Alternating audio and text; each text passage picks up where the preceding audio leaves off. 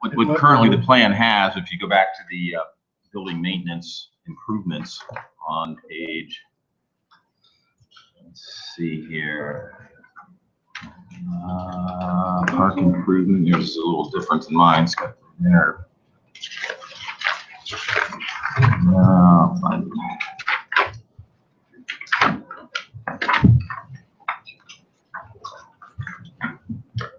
I guess I took it, Dean, that we're probably gonna do something in 16, but there's no money there. Yeah, it's on page 26 in your document. You'll see the building maintenance improvements. If you look the last line there in 2016, it says roof replacement of public works building. Again, we've got that in there at 450. It's been kicked around back and forth, how, what, when, where, and why. But that's where it's showing as potentially a 2016 project. And then at the top, you'll see bond proceeds. So we're going to borrow money to do it. And what's on the front page that you're referring to is paying back 450, spreading it out over a few years. Mm-hmm. I thought we already had done the bonding for that, but we didn't. Well, this is the roof out there. This is the roof itself. And that was bad and wasn't a part of the project they're doing. Okay, that clarifies. And what we haven't defined is really the scope of that exact work, and that's what. But the air conditioning and all that, the heat that was done, is that bonded out too? Well, we've done work this year on the City Hall. But if you see on that same page, the second row there, there's $125,000 in there for next year for City Hall HVAC. I think Bill would have to talk about it. It's the phase 2 of actually The controllers and doing the system. What we did this year was to get it functioning, I believe. Like I said, talk further to that. Bill, do you that's want City Hall. The 450 is for the roof. It's a public works facility. Okay.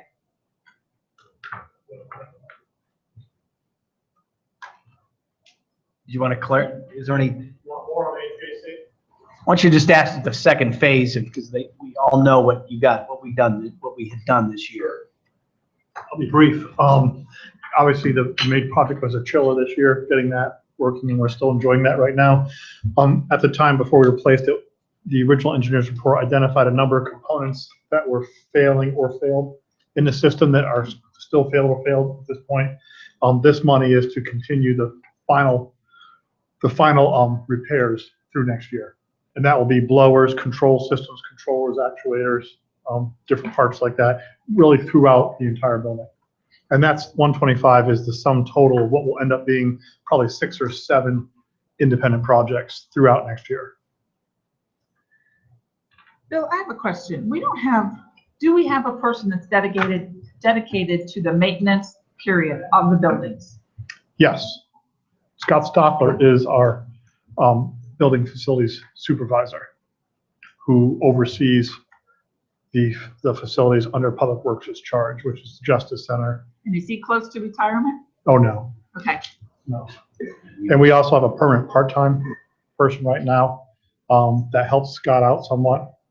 And we're still understaffed, so to speak, in the ability to adequately manage the facilities. But that's the current staffing we have right now. And they do get assistance from the street department when needed to help out on some of the projects. And that's all Scott does is take care of the buildings? That's his primary responsibility, correct. He's also responsible for third-party vendors who have contracts with the city.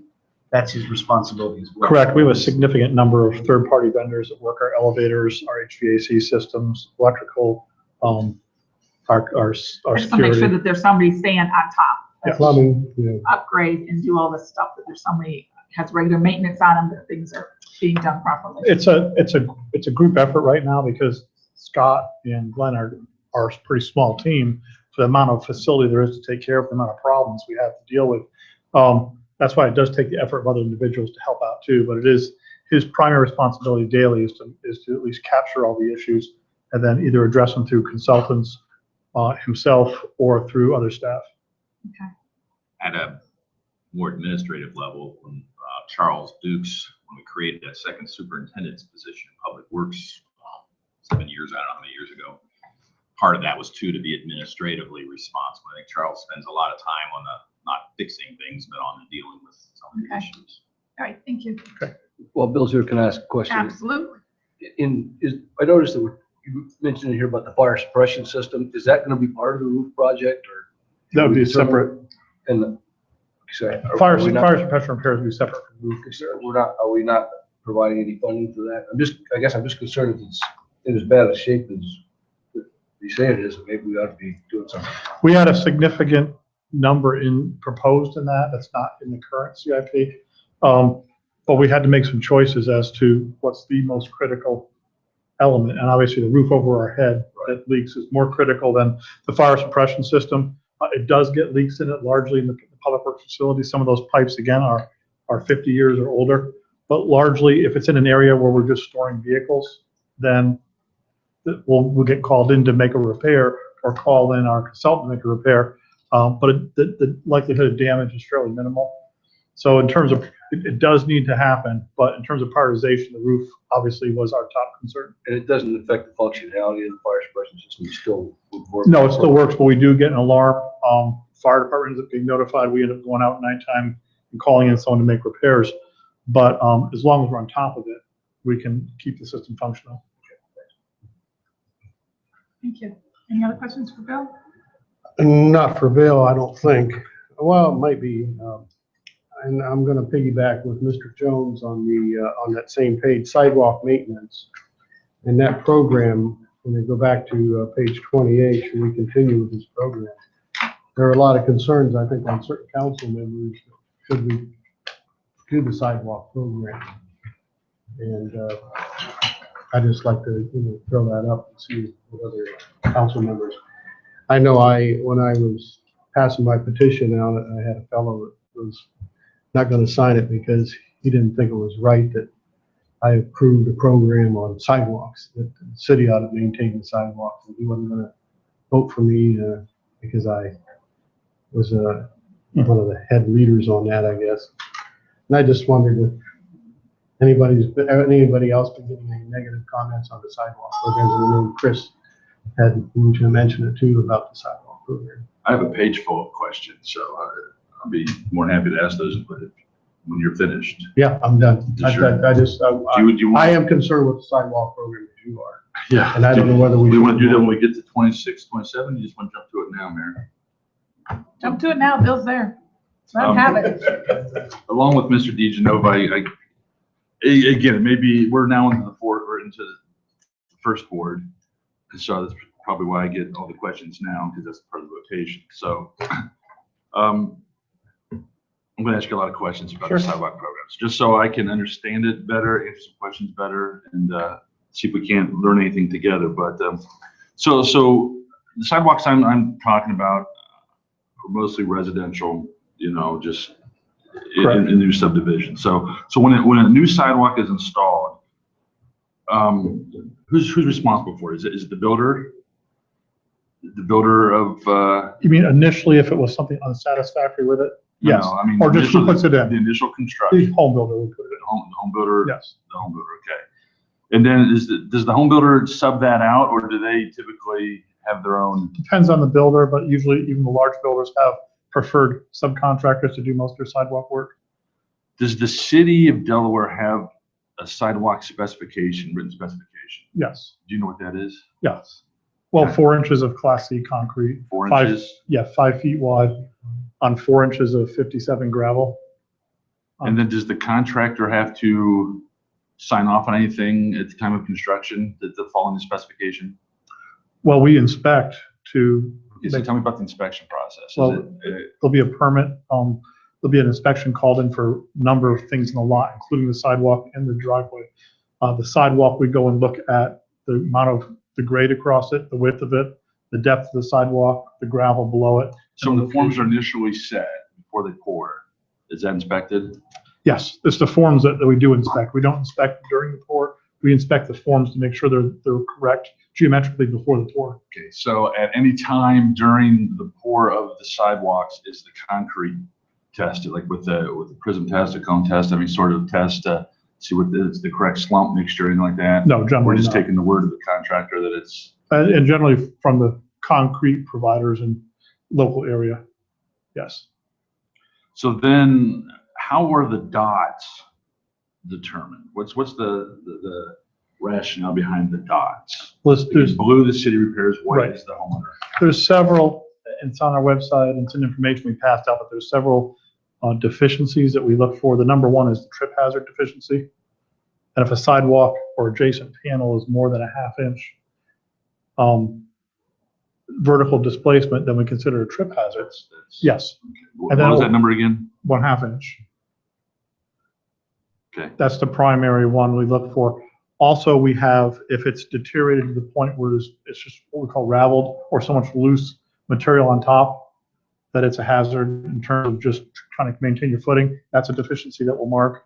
If it's got a large cracked piece, a corner cracked off and it's separating from the sidewalk and opening up, that's a deficiency that we see.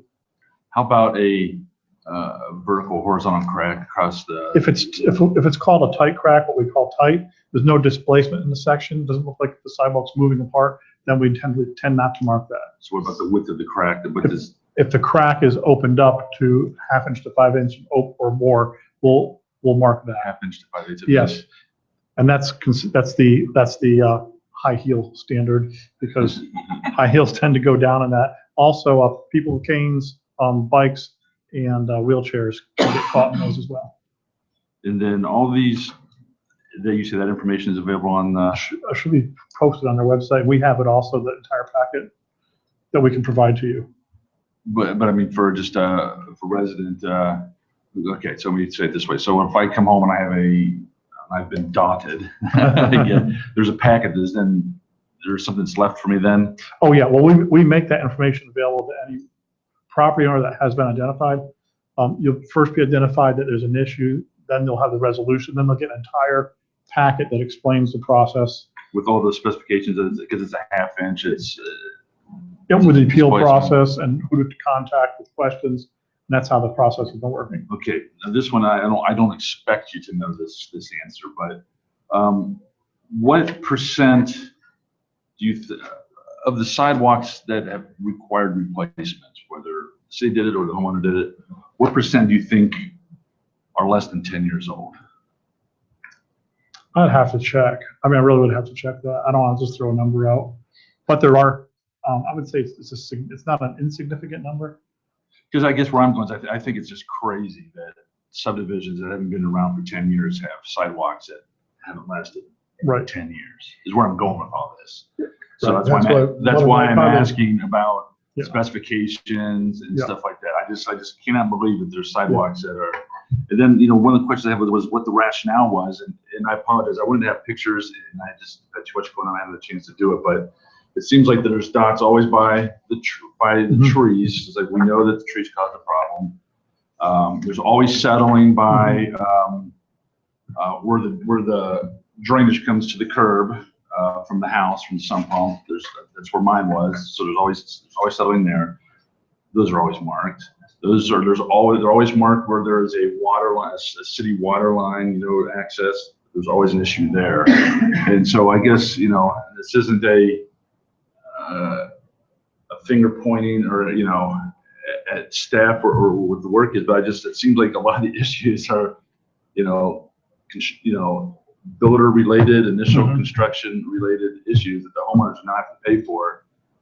And I think people are getting upset with that process. Again, going back, I just can't believe that sidewalks can't make it 10 years with 4 inches of, Right. concrete, so something is just not jiving. I've been in the concrete business for almost 30 years. Yeah. Something's just not jiving. Your assessment is actually very accurate. The concrete itself, there's nothing wrong with the concrete, or the standard. It's just, the issues that we see, number one, are the street trees. We've talked about this for now close to a decade. 20 years. The street trees cause an issue. Second is, less than necessary compaction in the area of sidewalks. The area around sidewalks and driveways is one of the last areas to be dealt with on a new lot. The developers contractors are responsible for that area and for compaction in that area. And we see failures and lack of compactive effort by the private companies that they use. And I think ultimately that's where you see some of the sidewalk failures and driveway failures are coming from. It's not the fact that there's good concrete there, it's that there's just settlement in that ground over time, and that leads to a deficiency whether it's a adjacent slab or a vertical drop, or even a cracked slab of parts that settle and parts that don't. So I think your assessment is accurate. It's not fault of the standards. It's part of the nature of tract house in construction. And that's what I think we see the majority. And again, we could probably come up with better numbers. But in terms of percentages between settlement from lack of compaction and street trees is surely the absolute majority of the sidewalks needing repair. The last question I have, and just it's related but not exactly, but since we have a, I don't know, is it more residential sidewalk program we would call this? Do we have a downtown sidewalk program? Yes, we do. It's some kind of standards. I mean, there's a lot of uneven brick, Right. you know, all over downtown, which are hazardous. The first phase was, I want to say 3 years ago, where we went through the streetscape area and we replaced and slab jacked or replaced concrete that had failed in places and leveled that out. The second part was the brick strip area. And there are places where the brick needs to be managed. It's just not as simple as the exposed concrete because it's a composite section with slab below it. The tree grates and the tree pits are definitely problematic in the brick area because they do allow a lot of water to come through, and that's subsequently causing settlement in the area. So before we just rush and fix something, we do go in if there's a very high risk trip hazard or place where you can turn an ankle. We just informed one today. We'll go out and make that fix. But comprehensively, the brick strip needs a larger scale program to address that. But that would be the downtown. We do put some priority in that area because of the high traffic, volume traffic, pedestrian traffic. Well, I appreciate you answering all my Sure. questions. I guess where I'm going with all this is, you know, it's the way I understand it, with the completion of the first ward, we've been through the whole city. There's one more, and that's the second ward. That is the last section in the city. Then everyone in the city would have been exposed to one round of the sidewalk program. What you see in the CIP after that is what we call the maintenance. And that would be starting all over again and looking for recurring problems or issues at a far smaller scale. But nevertheless, we can finish what we're doing now. We can finish the second ward and then be done with the program and then maybe not come back to it for 10 years. But yeah, my personal opinion was I'd rather we've started a good thing. Let's try to keep up with it. And hopefully the large scale issues have been addressed. You know, I think this program we just finished, we have, I want to say more than 500 spots we have to repair.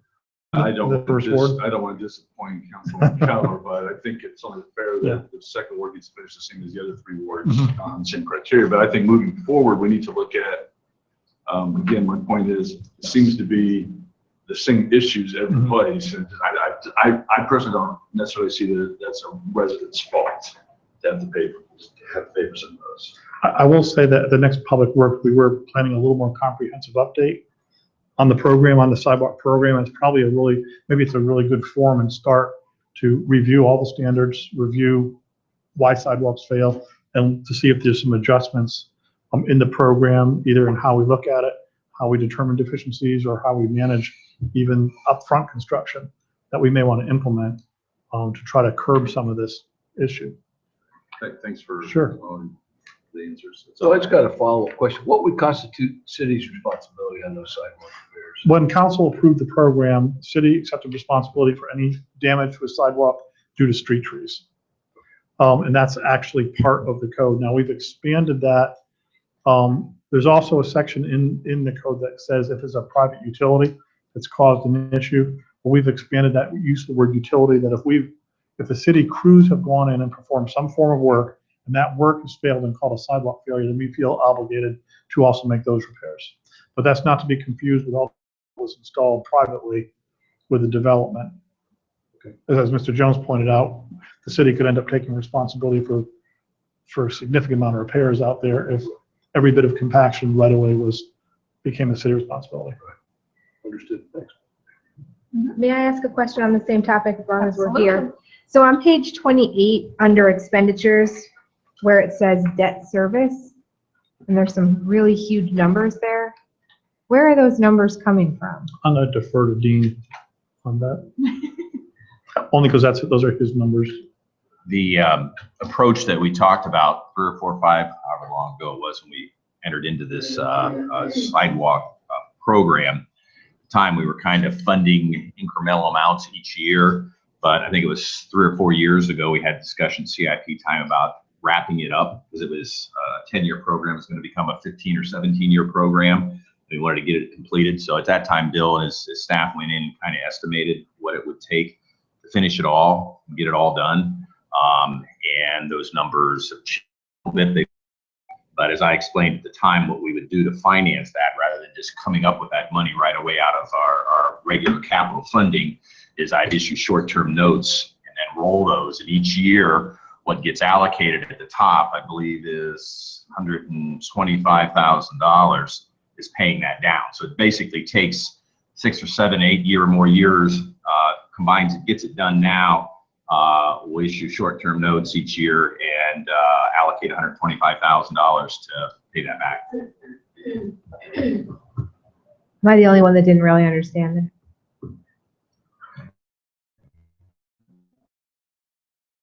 You want to continue on with the program inside. Maybe to further explain to Lisa, get back to you. So we had about, I don't know, maybe 800, 900, $1 million worth of work yet that needed to be done. And it would have taken Bill and his guys doing 1/10 of that each year for the next 10 years. Instead, they decided to say, well, let's do it all over 2 years and do $1 million worth of work in 2 years. We didn't have $1 million in cash, so I borrowed the money, but we pay it back over the same period. So it has the same effect on our budget, a small amount of interest, but it enabled us to get it done in a 2-year period as opposed to waiting 10 years to complete it all. I think what threw Why off, is the expenditure so high? I think that's what threw Well, off. because I'm You're issuing saying notes each year 125 and paying is it still off. more. What's that? I think that's what's throwing police off is you're saying we're paying it back 125,000 a year for 10 years. Right. Over a 10-year period. And these numbers here are reflecting larger amounts, 400, 700, 800. Right. That's I'm issuing. Is that You the look at the balance? top under the note issue revenue, you'll see a revenue coming in. Right. And like in 2017, the revenue is $975,000. It means I'm going to borrow $975,000. In that same year, I'm paying basically the year. You'll see in the next year in 2018 at the bottom where the debt service is $984,750. What's that? $975 plus an interest rate. I'm paying it off. So it makes it look like they're big numbers, but if you net the two, that's really what it is. I guess do we take better care of our sidewalks than we do our roads? I mean, these are huge numbers.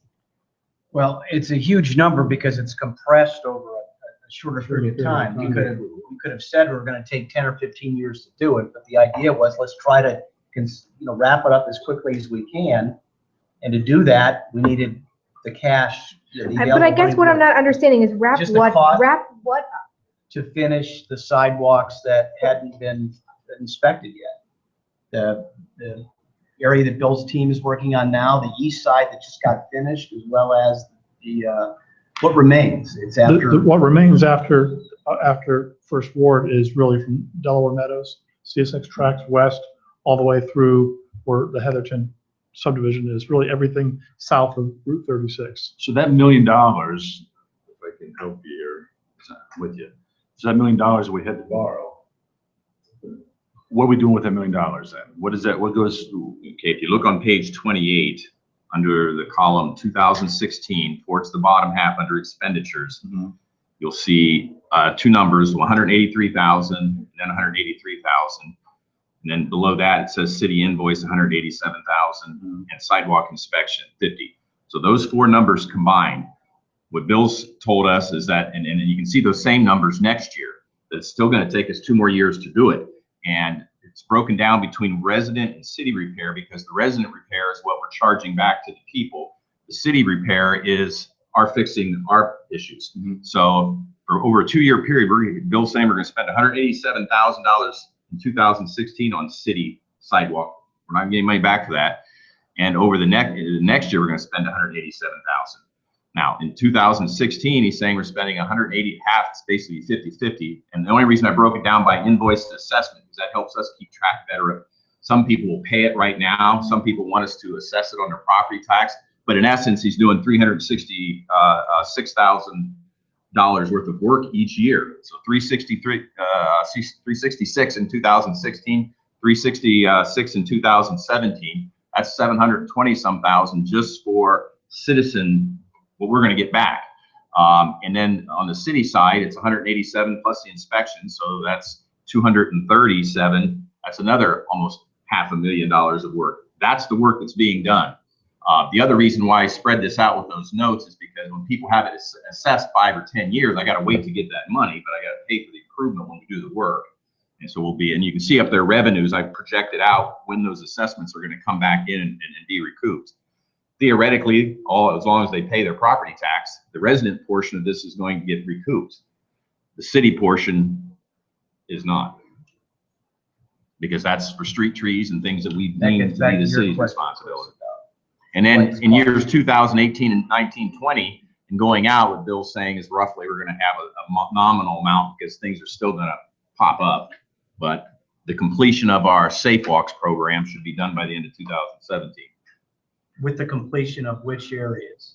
So then why are we still issuing notes? You have to keep, You gotta pay them off. you have to keep paying that off. I mean, we're not You can't issuing, get 'em for we're 2 not years. issuing $984,000, then $765,000. We're just reissuing them each year and paying down a certain amount each year. We're not issuing, it's not a cumulative total, Lisa, across the bottom there. That We would be, borrowed in 16 to pay off 15's debt plus interest. The same thing. Seems like an enormous amount of money to spend on sidewalks. well, if you take a look, I mean, the number you should be looking at really is the piece that the city is picking up.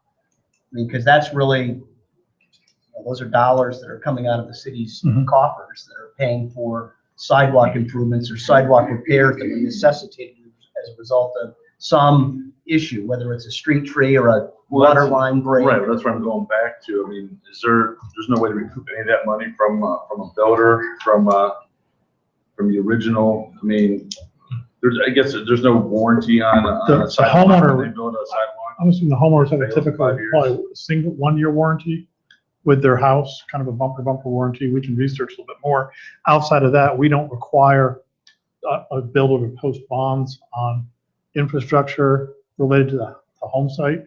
We do for their contractor who builds our water lines and sewer lines, our roads. And even then, the bond is a short-term, it's 2-year period. So long-term bonding of sidewalks to a builder would probably have some pretty significant ramifications to the ability to sell lots or price lots if they had to be responsible for these things for so long.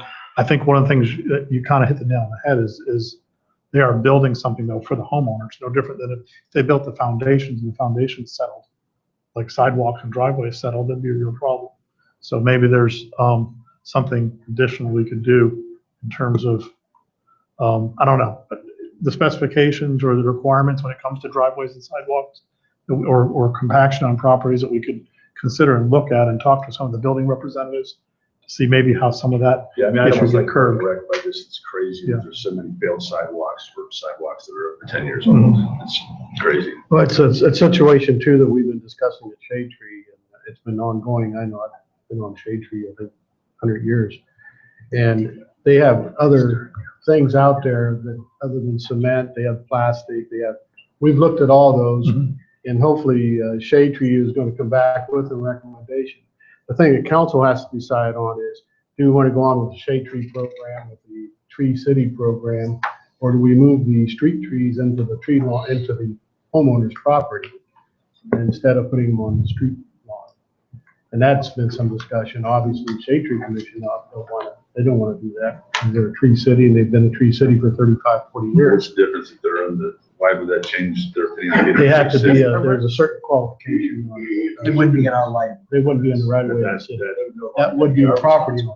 that dictates being a tree city, that they have to be on the right of way. They don't have, it's one of the elements. One of the formulas for that program. You know, and we have to decide whether we will continue on, because we have a lot of new subdivisions going in. And the one that I mentioned was Stratford Woods, is where the problem came with me and the discussion. And I don't know, Stratford Woods is probably 10, 15 years old. Like you said, sidewalks only lasting for a short period of time.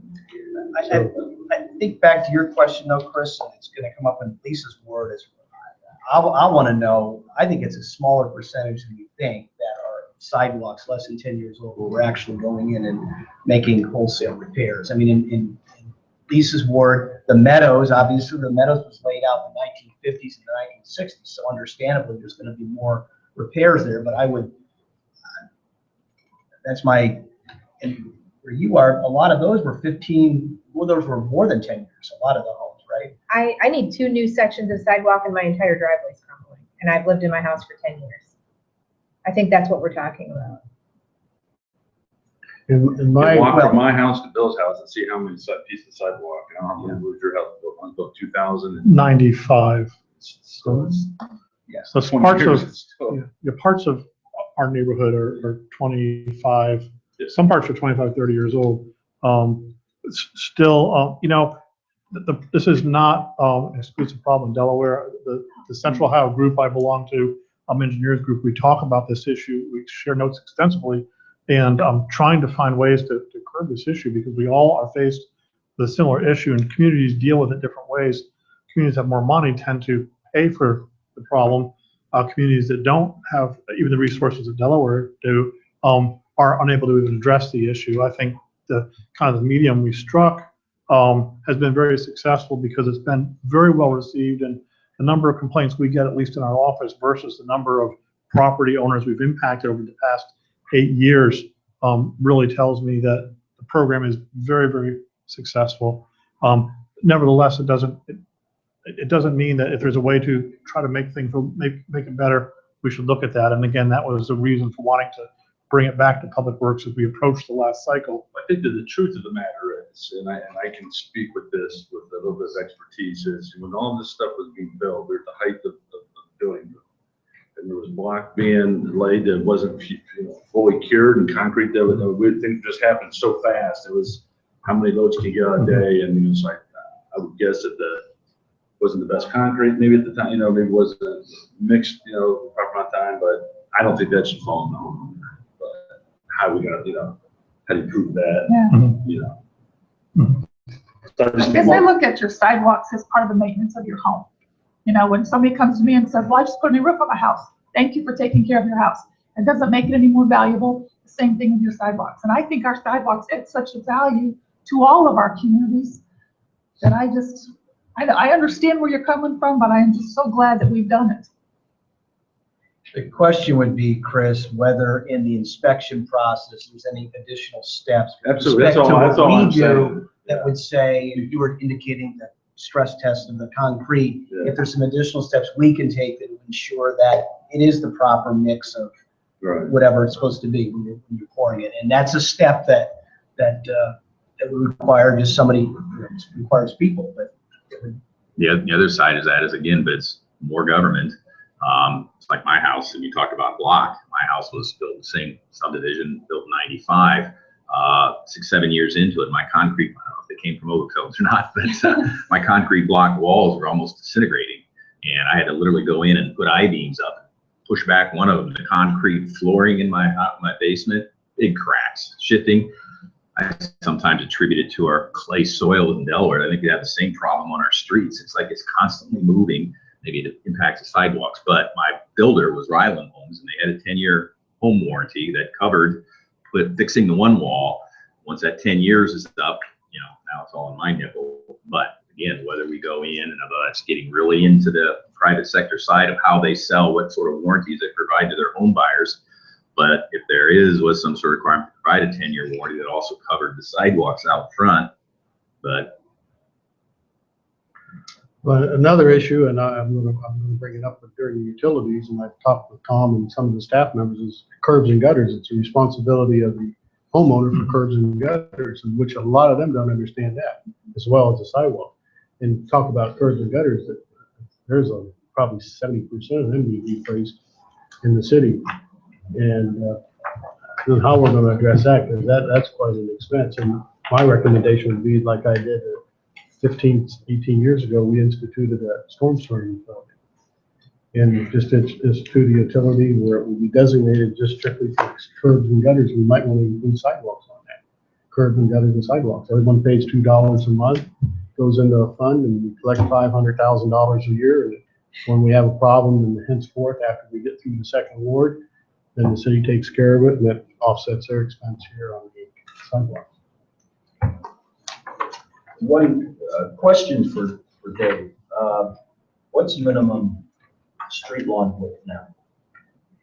5 foot, 4 foot? Does that mean the curb strip? Those are talking about? Yeah, sidewalk to curb.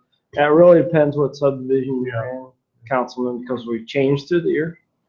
And then, so you have to look subdivision by subdivision. But What's our our current? standard is we try to aim for 7 foot, the minimum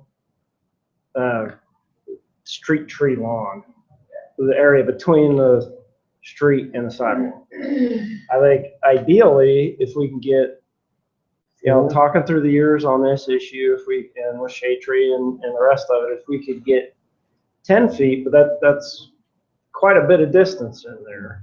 And there's still no guarantee that, a tree's roots are gonna find a water. You're And saying if it's that 10 feet from the lawn to the street?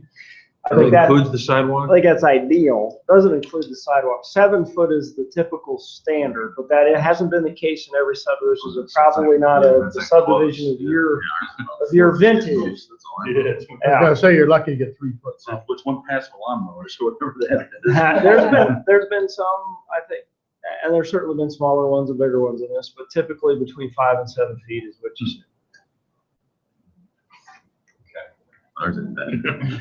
Thanks, Dave. Apparently yours isn't that. No. Just one comment, a little bit with what Lisa was, I know that summary sheet there is kind of hard to follow, but the net effect of this, if you're on page 1 in the general fund summary, is in essence, we're probably going to be spending about $125,000 a year on sidewalk maintenance out into the foreseeable future. Because once we get past paying down those notes, we're probably going to be into the next round of it. That'll be 6, 7, 8 years down the road. And so that's what I try to show with this as a capital plan is of our $1.7 million we're allocating in discretionary general fund money, how much of it is totally going to roads? How much of it's going to sidewalks? Well, about after 2017, about $125,000 a year. And by issuing those notes, I'm able to spread that out and annualize that. Now, and that again represents the city's share. That's after we get the reimbursements back for the resident share.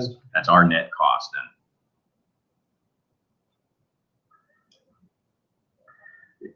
then. It might be good, Bill, to put out a street tree area, a sidewalk history in the last 4 years as to what was our responsibility, what was the homeowner's responsibility. I have that, and You I have can, that. I can email it to council. And then how many could we pay for, how many did Mhm. homeowners pay for? We have How that many do we have information. to assess?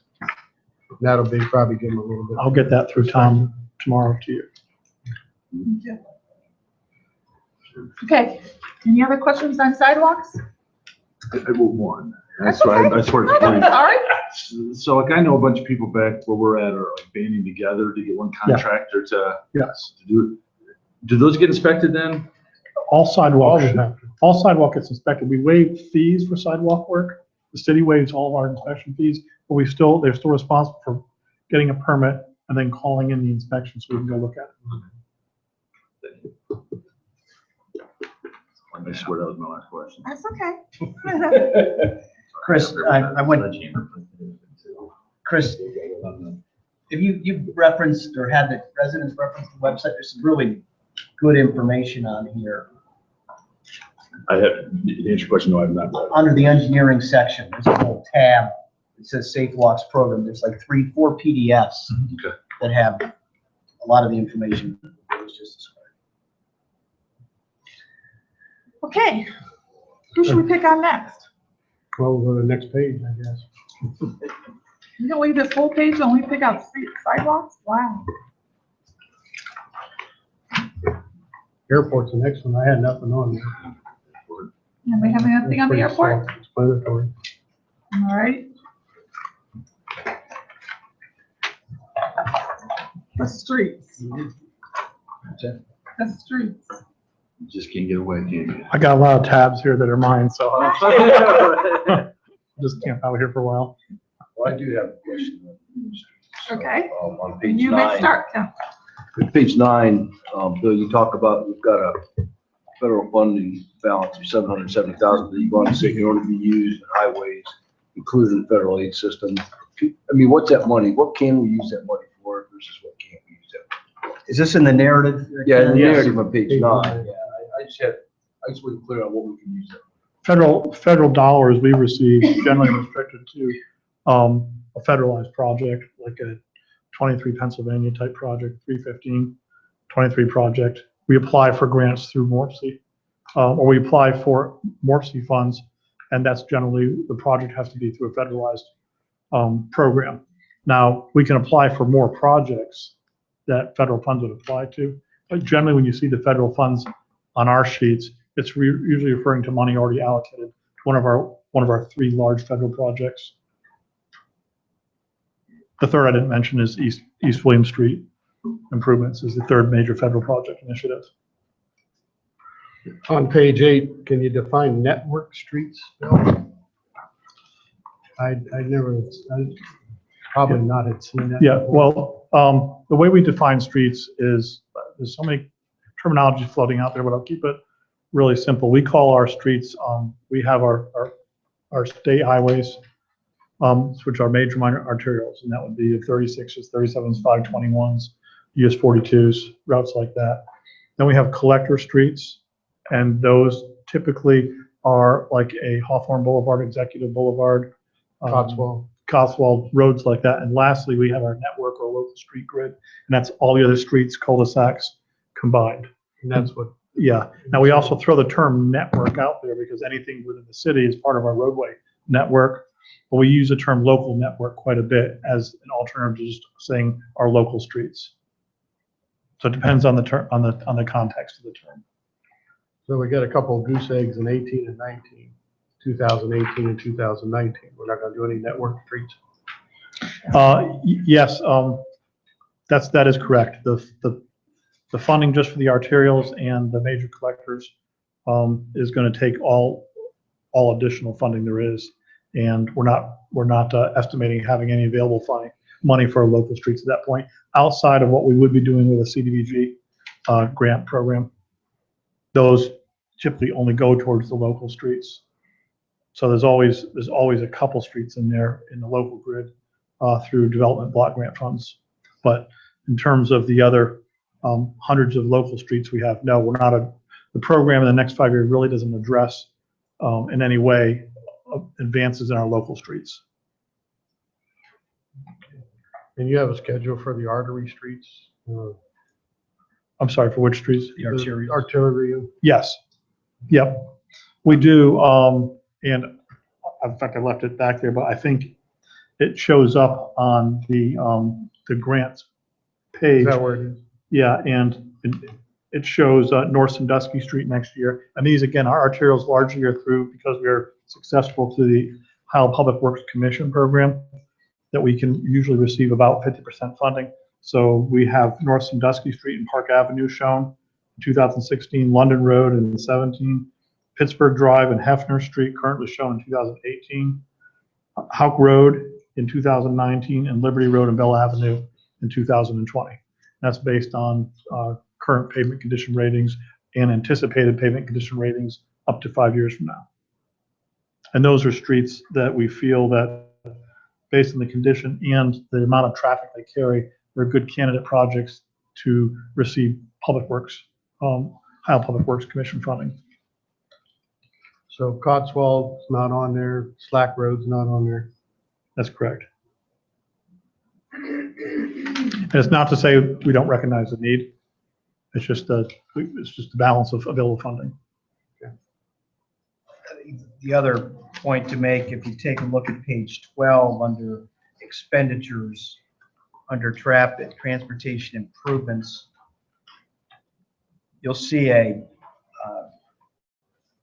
signal coordination analysis and update. I have a question on that one. We had been talking about, intelligent transportation systems, and upgrading and improving our existing closed loop traffic signal coordination program. That type of expenditure would be eligible for MORPC dollars. There is a program that MORPC has that we can apply for that would allow us to use dollars. Bexley just received a grant for that, so did Hilliard. I know Bexley, I don't know if it's the coordination going into Columbus, but they recently received dollars for those improvements. And that intelligent transportation is another way of addressing congestion, traffic flow, queuing, and those kinds of things. Just being smarter about how you manage the transit. So we're gonna get, we can be expecting some kind of estimate from staff. Yes, that'll be a component of what we provide you in December, when we provide that report back to you about the transportation improvements. Excellent. That provides, that's addressing it. It doesn't address the capacity issue, but it can address the traffic flow issue. Why do the traffic signals, why aren't they coordinated better? And we have a closed loop system. We put it in 1999. and at the time that was cutting edge, and that was we were able to do, and we've been making improvements since that time, but not in as comprehensive a fashion as we could. That's correct. And equipment, and we'll have a more detailed report, but I just want to be clear, the funds that city manager is referring to too they're also competitive application funds. Sure. Through the surface transportation program, and what Tom was referring to is the congestion mitigation air quality program, which can fund up to 100% of signal study work and signal construction. But it is a competitive application. We are tossing around the idea of trying to put in a grant that could receive that type CMAQ funding, which would be helpful. The difficulty is we've got this gap right now from where we received an automatic portion of STP funds through MORPC, an allocation every year. And we're in this transition period now where the majority of our STP dollars through 17, which are our last allocation year, are spoken for. We have to compete now this year. We can compete with our first round of grant applications, but the available funding really, most of it likely won't be until 2022. So we've got this space in between what we're working on right now, our large projects, and when money will become available. So it's really important that never to miss a grant cycle, because they only come up every 2 years, and the funding is always out 5 years. So that we have to, as a community, make sure we get grant applications in and try to take advantage of that.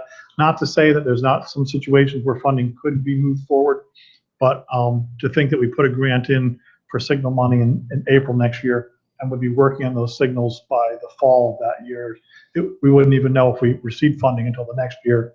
And then we would probably have to put some money of our own out forward to try to advance the project. It's good to know we've got that option. Oh, yes. We obviously don't want to wait 5 years, but it's good to know. Because it's a significant amount of money. We were receiving, used to be around 300,000. It's closer to like 400, 450,000 a year through MORPC.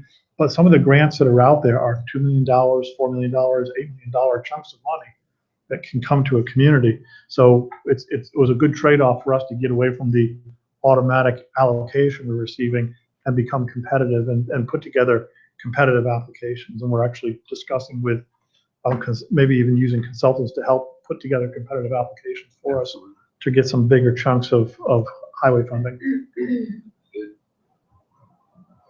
Where do we stand on our license plate fees?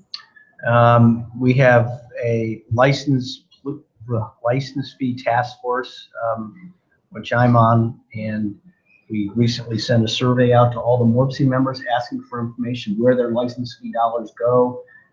If they are interested in an increase in the ceiling, actually I had the opportunity to mention to the Speaker of the House when I met him 2 weeks ago at the fair that this is an opportunity for allowing communities, if they're at the ceiling like we are, the $20 ceiling, to bump it up an additional $10 to provide additional dollars for dedicated road improvements. So what we're hoping, to answer your question, is get legislation introduced this fall if we can, and hopefully get it acted on. That it's perceived by some in the legislature as a tax, even though it's a user fee. And our argument is you cut our local government funding in half. Our dedicated road dollars are not there, and this is the local city or county or village can decide whether they want to do this. And so Okay, thank you. Hopefully we'll get the legislation passed. One more question. When was Houck Road last worked on? Which section? From Yep. Pittsburgh to, Pittsburgh Drive to the last section constructed? 10 years ago. Oh, yeah, yes, it was. Yep, That's when Dave Erlanger was Yep. on council. yep, because I that's, see you have it here for $1 million. I know at one time it was 700. well, that's the entire, that's all of Houck Road. Staff is recommending the entire piece. Chris brought this up Yeah. last year. Yeah. You know, And- arguably, the southern section is not Right. as, We're predicting that, based on our annual review, that the condition's gonna warrant it. Certainly, if it doesn't really warrant, even though it's an arterial, if it doesn't warrant resurfacing, we'll push that out. But there's certain sections of it, that just absolutely will need, even the northern part, which was constructed some time ago, is really starting to show wear, and we're starting to put more effort with Public Works into patching it. And the middle section, we know that's poor. But the southern piece, we're watching carefully because as a major arterial, that's the type of road that if we let it get below the acceptable PCI, then the cost to make the repair just in a couple more years can become substantially higher. So the larger arterials are the ones we want to catch just in time. And I think we've talked about this in the past. That's why the majority of the money we do have goes into those arterials and collectors, because we're able to, at this point, we're fairly stable in the pavement rating for our arterials and collectors because we do focus our money in there. If we took half our money and put it into the local streets and didn't take care of our arterials would be in a much different situation and require significantly more funding per square foot than we're currently putting towards them. Was Slack Road considered an artillery? So It's not on our system, like in the federal system, identified as an arterial. You could call it a minor arterial, but the traffic's so low on it that it's at most it's a collector road at this point. We want unusual in that it needs reconstruction, not just resurfacing. It just needs to be widened. It's still a township with the standard. Sawmill Parkway and the Jags and Yeah. everything Boulevard, that's going to be a cut through over Yeah. to the west side of town. That we're pretty tied into that issue, and what we have going for us in that area, I think, is with the potential for development and maybe alternative mechanisms to making improvements on Slack Road, other than just the city rebuilding Slack Road for a few $1 million with no users. Our obvious goal is to get people, build links to get people to Sawmill Parkway and to Jegs, or the extension of Jegs, and try to de-emphasize Slack altogether. But it is a cut through, but it'll be less of a cut through once Sawmill Parkway is completed, because Slack at 42 does convert to a right in, right out at that point. So there'll be less propensity for cut through traffic when the Sawmill project is. We have responsibility for all Slack Road now. Mhm. What used to be part of the township, now we have it all.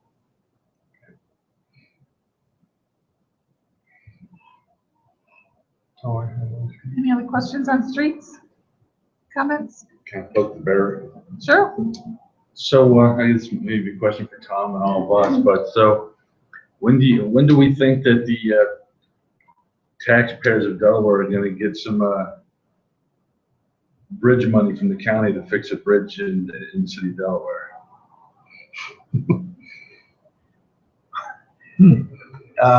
The last time the county fixed the bridge was in 1999, and actually it was there, they fixed the William Street. William Street Bridge. But as far as being road and bridge tax dollars, Yeah. We need to talk about it with the county. Mhm. We do have a significant number of small structures that do qualify as bridges, that we do have to We're put paying money the into. tax, and we're not getting anything in return. Well, the in county Delaware. does, they do give $50,000 a year to the city. To match, if we put a public works grant in, they'll put $50,000 of county funds into that also. What that means relative to how much we're paying for the bridge issue out there, I don't know those numbers, but they do provide funding to the city, but it is limited.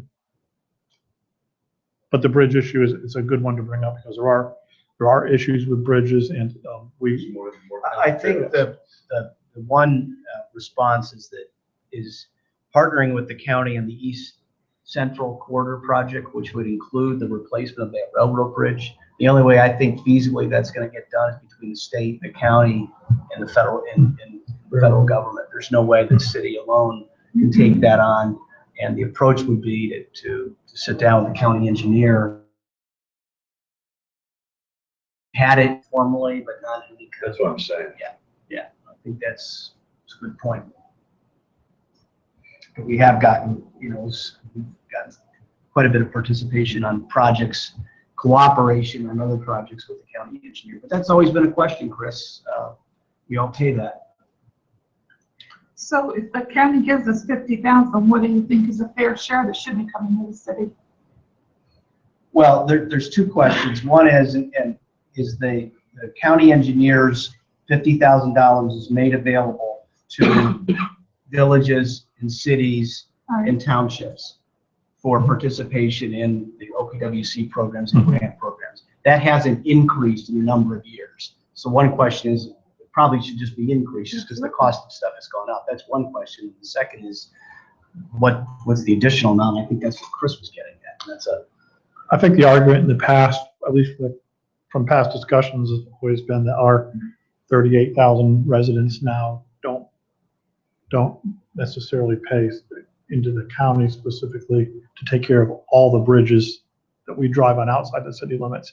That's what the revenue he has is to take care of his thousands of bridges. So it's easy for the argument to go both ways when we sit down and talk with the county engineer. And I think city manager's accurate in that we're most successful when we have a specific initiative to discuss how to make it happen. We worked somewhat on the Peach Blow 23 project on Sawmill Parkway, and obviously we have a big one on the east side that may be a good place, because in the long run it doesn't really matter where we get the additional funds from the county. If we can up that, whether it's one project or multiple projects, it's more funding. So we tend to be more successful when we have a project specific approach than just generalization of we want more county revenues to come to the city. Aren't you working on one now on South Sandusky on Delaware Run or something? The bridge, that's what I wanted to mention. The large number. Getting money from them for that? No, that's just will be our funds to make those repairs on that project. And that's the Delaware Run outside here. Matter of fact, we're outside the parking lot. When we resurfaced the project, when we milled off, we discovered an issue with the concrete deck with it, and we saw that we had more deterioration than we thought was there. So that deck has to be, it's called hydro demolition and then overlay. So in the end, you'll see exposed concrete deck in that spot right there, and we'll remove all the bad deteriorated concrete and put a new deck on top of it. That will happen next year. I've never researched it. It may be there, so I'm just asking if you know, does the county post anything? Dollars spent on bridge money, where it goes every year? The county engineer puts a full report out of where the dollars go. Usually it's on the website, on the county engineer's website.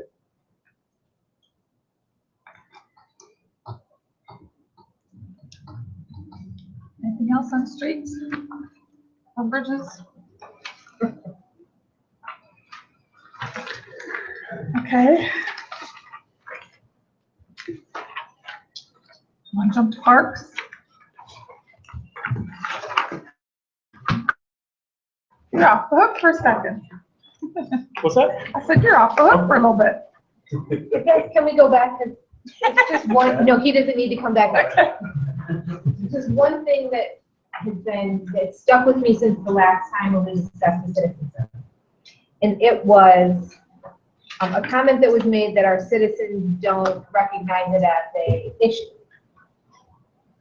And I guess I just want us to maybe think about that a little bit further, because we don't always base all of our decision making on what the citizens recognize as a problem. Because we, as people sitting on this side of the table, have these numbers and we have these reports saying we aren't adequately taking care of our residential streets, and that with more money there would be tons of things that could and should be done. And I just think that maybe we need to spend some time brainstorming or thinking about what we can do to address how are we going to build the connections that we need, what are we going to do about the point, and we talked about that a little bit, and just how are we going to take care of the residential streets that we have. And I know that maybe our residents don't see it as as big of a problem as it is, but we know better. And I think that we need to, at some point, create some type of strategy to address it, rather than turning the page and moving on every year and saying, that's a really big problem and we just need to turn the page and talk about parks now. But I think the survey did talk about the connectivity, being able to move around easier in Delaware. Well, in order to do that, we have to connect the roads. You know? And whether they don't get the connection, I don't know. But it's also just not that, and kind of go back to what Lisa was saying, and what my discussions with Bill, the whole PCI index, what have you, you know, it accelerates at an increasing rate of deterioration. So although at 25 miles an hour, you may think that road is fine, if it's a failing road, then over the next 2 years, now all of a sudden, you can't wait until they say, my road's crap to fix it, because then it costs exponentially more. So you kind of have to stay in front of it, which is really what we were hoping to kind of get out of the last work session. You know, I mean, ultimately, we're going to have to go to voters. We're going to have to get dedicated roadway.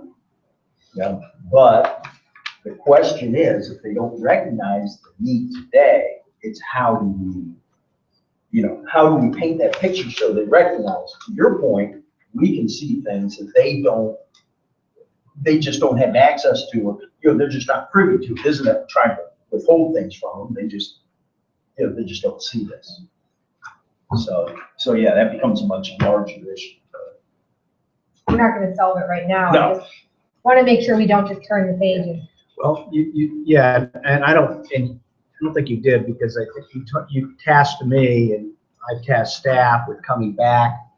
Our target date is December 15th, is to come back to you with a report on what these connections are going to cost, what the priorities would be, plus what the deficiency is that you just pointed out in the local street issue that we have. So I think the work session, that was a major milestone, I thought, for city council, was at least helping to address that and saying this needs to be done. I think what we're not able to do, obviously, is in this CIP do anything about it, but hopefully as a result of what we provide you in December and action that you might take sometime next year, we will be able to address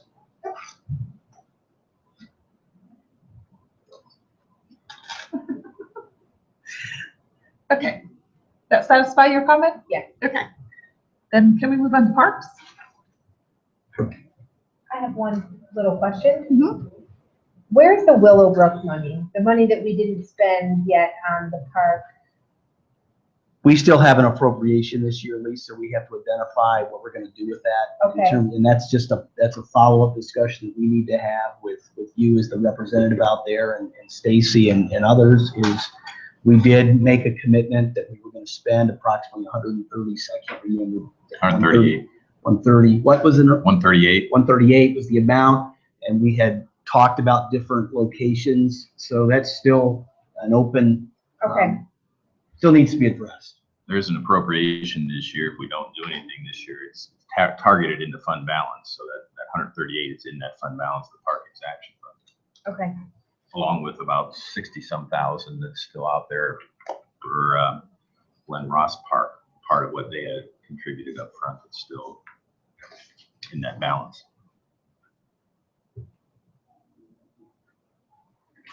Okay. Yeah, I have a question on, when we talked down here about in the parks narrative about the funding for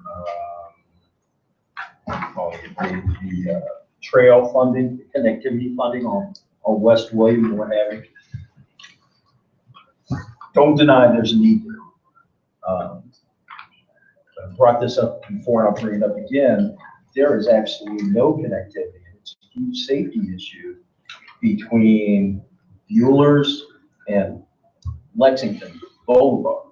You know, and I see people every day walking right there. There's no place for those people to walk. That's a huge, costly project to fix. But I don't want to be sitting here, you know, in the future going, well, geez, if we would have done that, then those people wouldn't have been hit. I mean, there's absolutely just no place for people to walk. And I see school-age kids, I see adults, you know, it's a process, and there's no alternative because of that gully there. And I just, you know, if we're going to allocate dollars for trails and connectivity, I know there doesn't really have defined No, but it's, connectivity points, but it's a huge safety issue.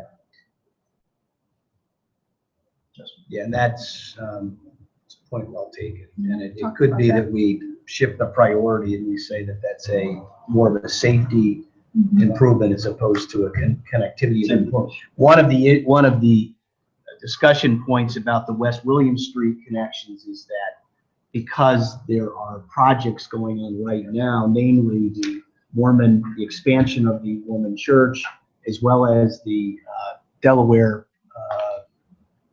Court, the Delaware Court Yeah. project, which probably won't get started until next year. They're required, Planning Commission required them to make bike path improvements, and we're just gonna have more and more of these big gaps out there. So that was part of the thought out there. But to your point, George, we'll take a look if there's a way to try to get that done perhaps next year, at least get it planned. I agree with you. Yeah, I mean, Mike, it's gonna be huge money. Are you okay, I guess just to counsel, if we just get it to Lexington, if it's all we can do right now, that's obviously better than nothing. The dilemma is, once you get it to Lexington, the thought on the planner's part, staff's part, was to take them back through that backage road behind the fire station and connect over to a park. There's a park over in Yeah. Lantern Shade, Locust Curve, and come out that way, as opposed to Well, and Right. even if they didn't do that, at least there's Getting a it to- little more walking in there. If they Right. choose to walk along West Central, I mean, there's just no room there. Because I think that's probably a more manageable project. Dan, I don't know if we've been talking about this with our. It's part of the analysis right now with the gap analysis is like an update to our plan. Certainly, 100% of it, like saying safety here, as well as on William Street and Tower. Downtown. Gaps that Tom used to reference. You've just got more shoulder room on William Yeah. Street than you do on 36, or on, Central. So can you use impact fees to build any of these Yes. trails? Yes, in fact, that's one of the things we've been talking about is impact fees coupled with a more aggressive grant application process with the state. Because we use grant dollars through the Houck Road project. Right. And we've got a better shot at using the grant dollars for the William Street project than we do for this, but I think this would just be more of a safety project, and, I'd like to see if we can move it up. Okay. Just one real quick comment. Okay. But moving back to roads, just very quickly, just kudos for finally getting John Street and King Street repaved. It's no longer like a war zone going through there. So just wanted to throw that out there. It complements the whole park. Yes, it does. You can actually get out there and not test the suspension on your vehicle. It's wonderful. And if you haven't seen Olentangy Avenue lately, go take a look, It's looking good. because there's a nice bike path that just got put in there as well. Okay, other things on parks? What does the $250,000 over the next 4 years, Mingo involve? I had 180, that's when I quit. That was the playscape. Large play was 180.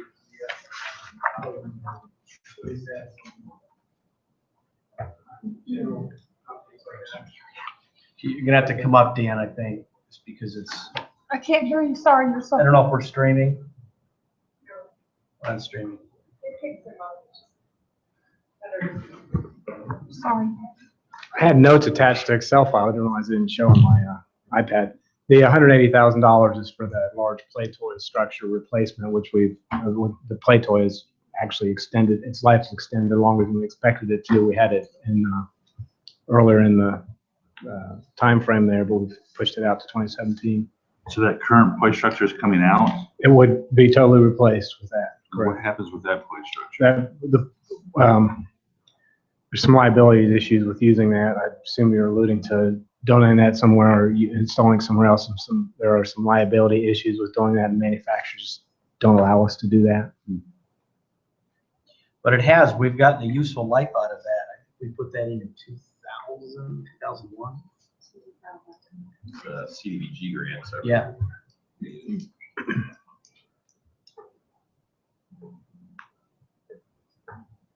Any questions on parks?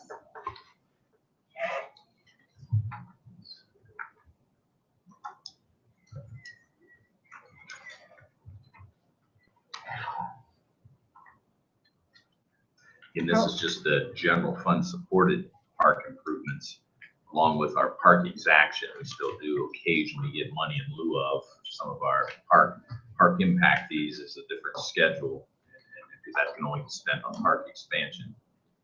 And I think it was alluded to earlier that there's a $60,000 balance left for the Glen Ross Park down in Ward 3. And we'll be working with the residents in that area regarding part 2 of that project. The big dirt pile that was down there, I think, is Nearly removed. nearly removed. And that We will, south of 17. and that will allow us to at least use that area perhaps as the second part of that expansion.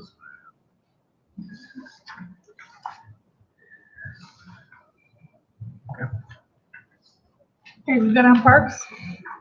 Kent, you got anything? You're Nothing, quiet thanks. over there. Okay.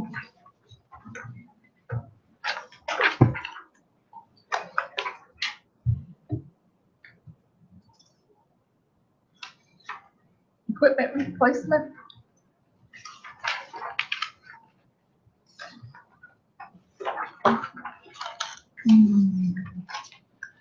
We talked about this last year about, if we were expecting to get any additional life out of the new police vehicles. If we're gonna have to keep to that same 3-year schedule, and I think we're waiting to get a little experience to see if we can extend that at all. We have our first one rolling up on 3 years. We're going to put that in the SRO position and see how it holds up.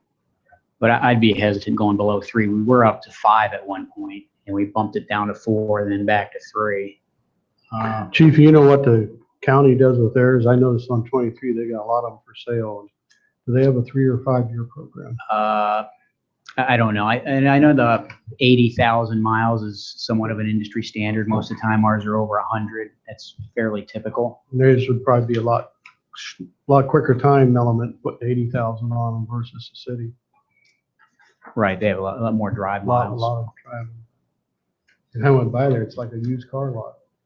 And they buy them all at once and turn around. We buy 3 at a time and roll the old ones out into the fleet.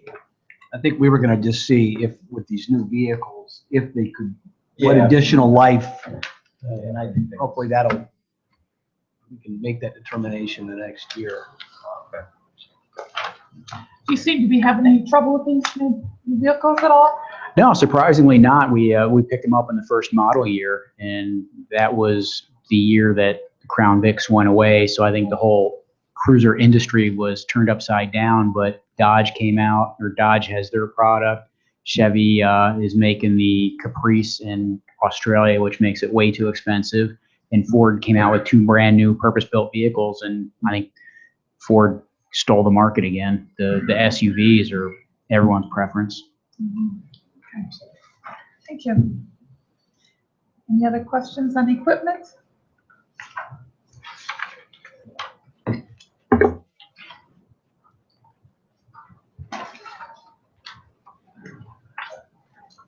We're buying 2 dump trucks. 2-ton, 2-ton dump. Never mind. 2-ton. 2-ton, not 2 1-ton. Got it. No fire equipment? Fire show. No, there's, We'll pick on the fire chief a little bit. Go get his turn. Yeah. So we're going down the line. okay, technology. Oh, What'd you say? May need to change all the numbers after I work here. That's right. Clerk training, yeah, that's One of the on questions your that budget. was asked earlier today, Michelle asked, is putting monitors here that could be used by not just city council, but planning commission members as well, that would be able to you'd be able to provide what you're looking at now on monitors, so you wouldn't have to bring in your laptops. But I don't know if she's discussed it. Some of this is planning commission. I know that there's a tug about all of we still take all the planning commission information. It's still all written information, which I think has been requested by them, and it's actually, in some cases, proves very beneficial versus what we've done with city council, which is to go through. So I can tell you that the conference I just returned from, there must have been 100 vendors, all with the best agenda packet, best way to go virtual, best way to go digital, best way to engage your citizenry. I mean, there's so many different solutions out there. It's very difficult to try to figure out which one makes the most sense. But anyway, it's a side. And just kind of as an aside, as part of IT, would it be, I mean, looking at what most of us have here, most of us are bring our own device now, Yes. at least on council. Does that make sense to do a In fact, that would, BYOD strategy in the future, at least from a council perspective? I think that makes sense from a global perspective. And in fact, that was going to be one of my recommendations as the council issued laptops that age out and eventually do become worn and torn and died. I would be strongly in favor of them being replaced with a BYOD device. Quite frankly, one of the biggest issues with those council laptops is that since many of us don't use them as our daily drivers, we only turn them on once a week, and then they do the whole phone home and download the updates, and then we're watching, twiddling our thumbs. And that's not an indictment of the laptops. That would be indictment of any equipment that we issue, whether it's a tablet or an iPad or what have you. If it's not our daily driver, we're not always using it, then we're not always going to have the most recent minutes downloaded and all that stuff. So yes, BYOD, and in fact, I've been discussing this at the department head meetings of late. We're finishing up replacing all of these wireless access points, not only in this building, but in pretty much all of the city buildings. And I'm working on a document that involves use case. We're actually going to have 3 networks, a guest network like what we would have starting at Veterans Park. We would have a BYOD network that would be whitelisted. So you sign away your firstborn and bring the device to us, and then we'll make sure that it can connect and get email. And then we'll have an internal network for city devices that are managed and patched in antivirus. So that is soon and will be before the end of the year.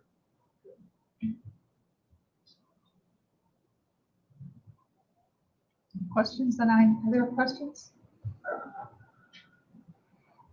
Some of what you see in there is software acquisition that we still haven't settled on exactly what the configuration is going to be. Yeah, Dean and I were discussing this, and we have quite a few critical pieces of software that really run the city that we haven't touched in some of them a decade or more. So we thought it was wise to start putting in some budgetary numbers moving through the years, and we can look at refreshing those software packages as we move through the years. A trend that I'd like to bring to mind is that in IT, really don't so much buy software anymore as you rent it. Call it cloud, call it what you will.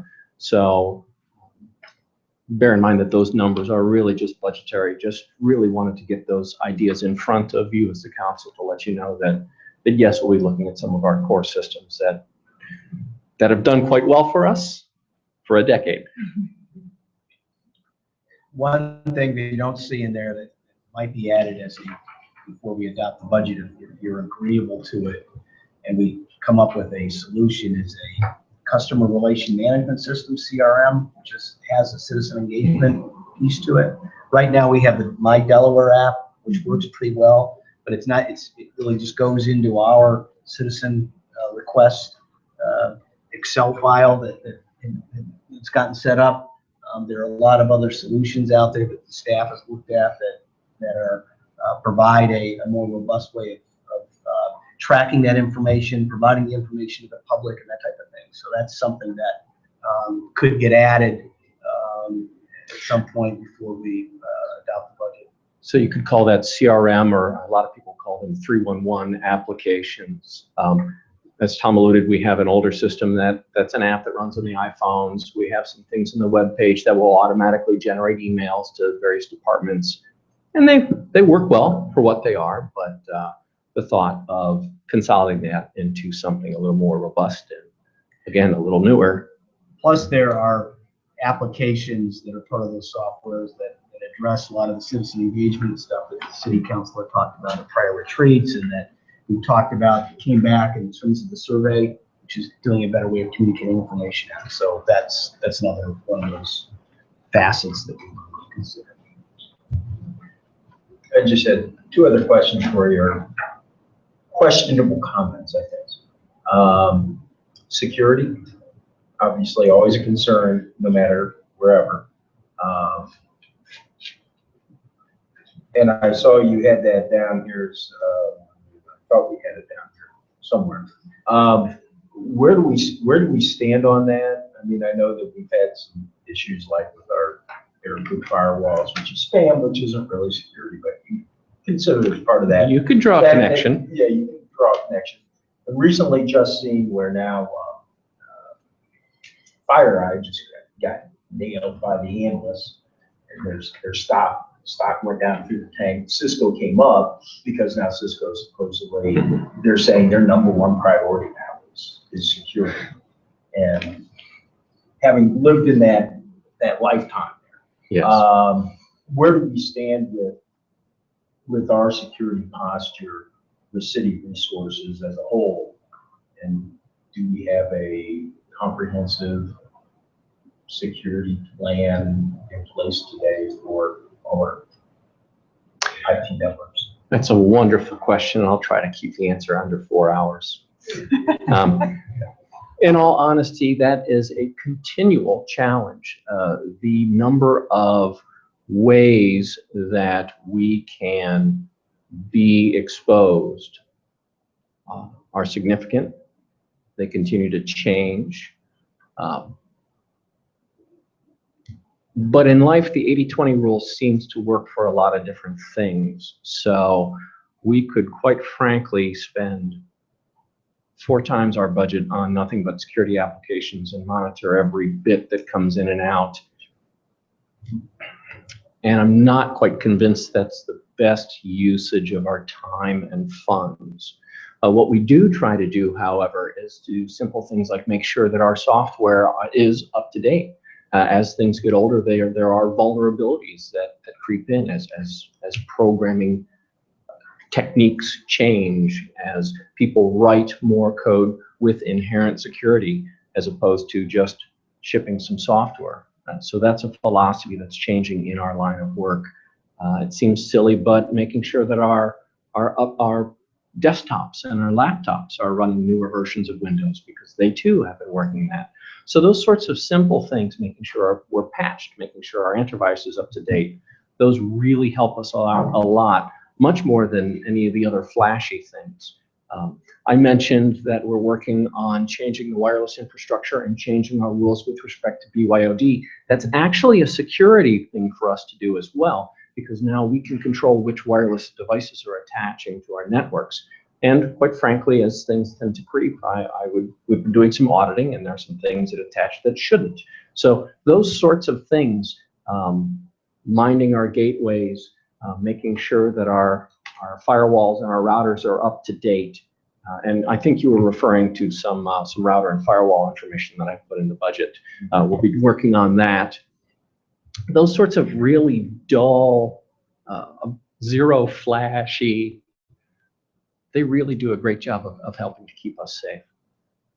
And just my last question real quick before everybody else falls asleep. I'm trying. Speaking of flashing, for disk replacement, are we considering solid state flash drives? I know you In my world, we have exabytes worth of flash now, and it seems to be much more cost effective. It certainly is.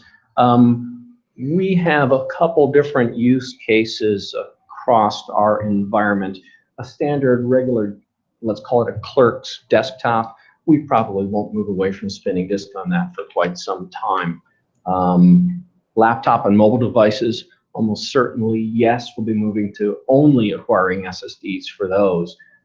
Not only are they faster, but they're also not at all prone to vibrational errors and injuries.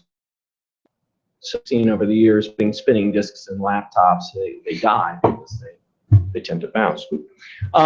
In terms of storage, we will, before the year end, finish up a Capital 2015 project where our virtual servers, we're replacing some storage for some of our virtual servers, the things that need to be fastest, databases, email, those sorts of things that will run off of storage area networks that are primarily SSDs underneath. And then in 16, we'll be replacing our big dumb slow storage, our fast capacity drives. But honestly, a lot of the technology on that now is a hybrid where you put some flash drives in those, and then the rest are the big dumb slow, and it does, the actual system itself does clever things with caching those in and out. And I apologize for propeller spinning on that. Just, George, one other thing about security we did have, and it was in between our former CIO and Scott, we had an independent firm, Schneider Downs, come in and do an IT audit. And a big part of their report was, at least at that time, that's something they recommend every 4 or 5 years to do. You get an external entity coming in, testing your systems. You know, what are you doing with backup? What are you doing with security passwords? How are you doing this? Who, what, when, where, and why? And they had some recommendations in that. It's been somewhat of the basis on a broader scale, not just the day-to-day security things you gotta be aware of. But we'll probably be looking at redoing that again in a couple of years. And so we are fully PCI compliant, I would say. Are we? Well, you know, we don't really, in terms of the credit card infrastructure for PCI compliance, a lot of it is determined on where your storage of the credit card happens. So who owns a credit card at what point? And we're really not, as a city, taking those credit cards. We're handing it off to third parties. Okay.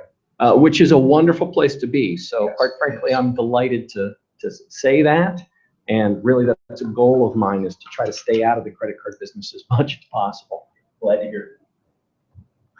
When we were first issued the laptops, it was understood that we used it for City Hall and City Hall only, and that if anybody ever decided they wanted to view all of our emails, it would be simply done.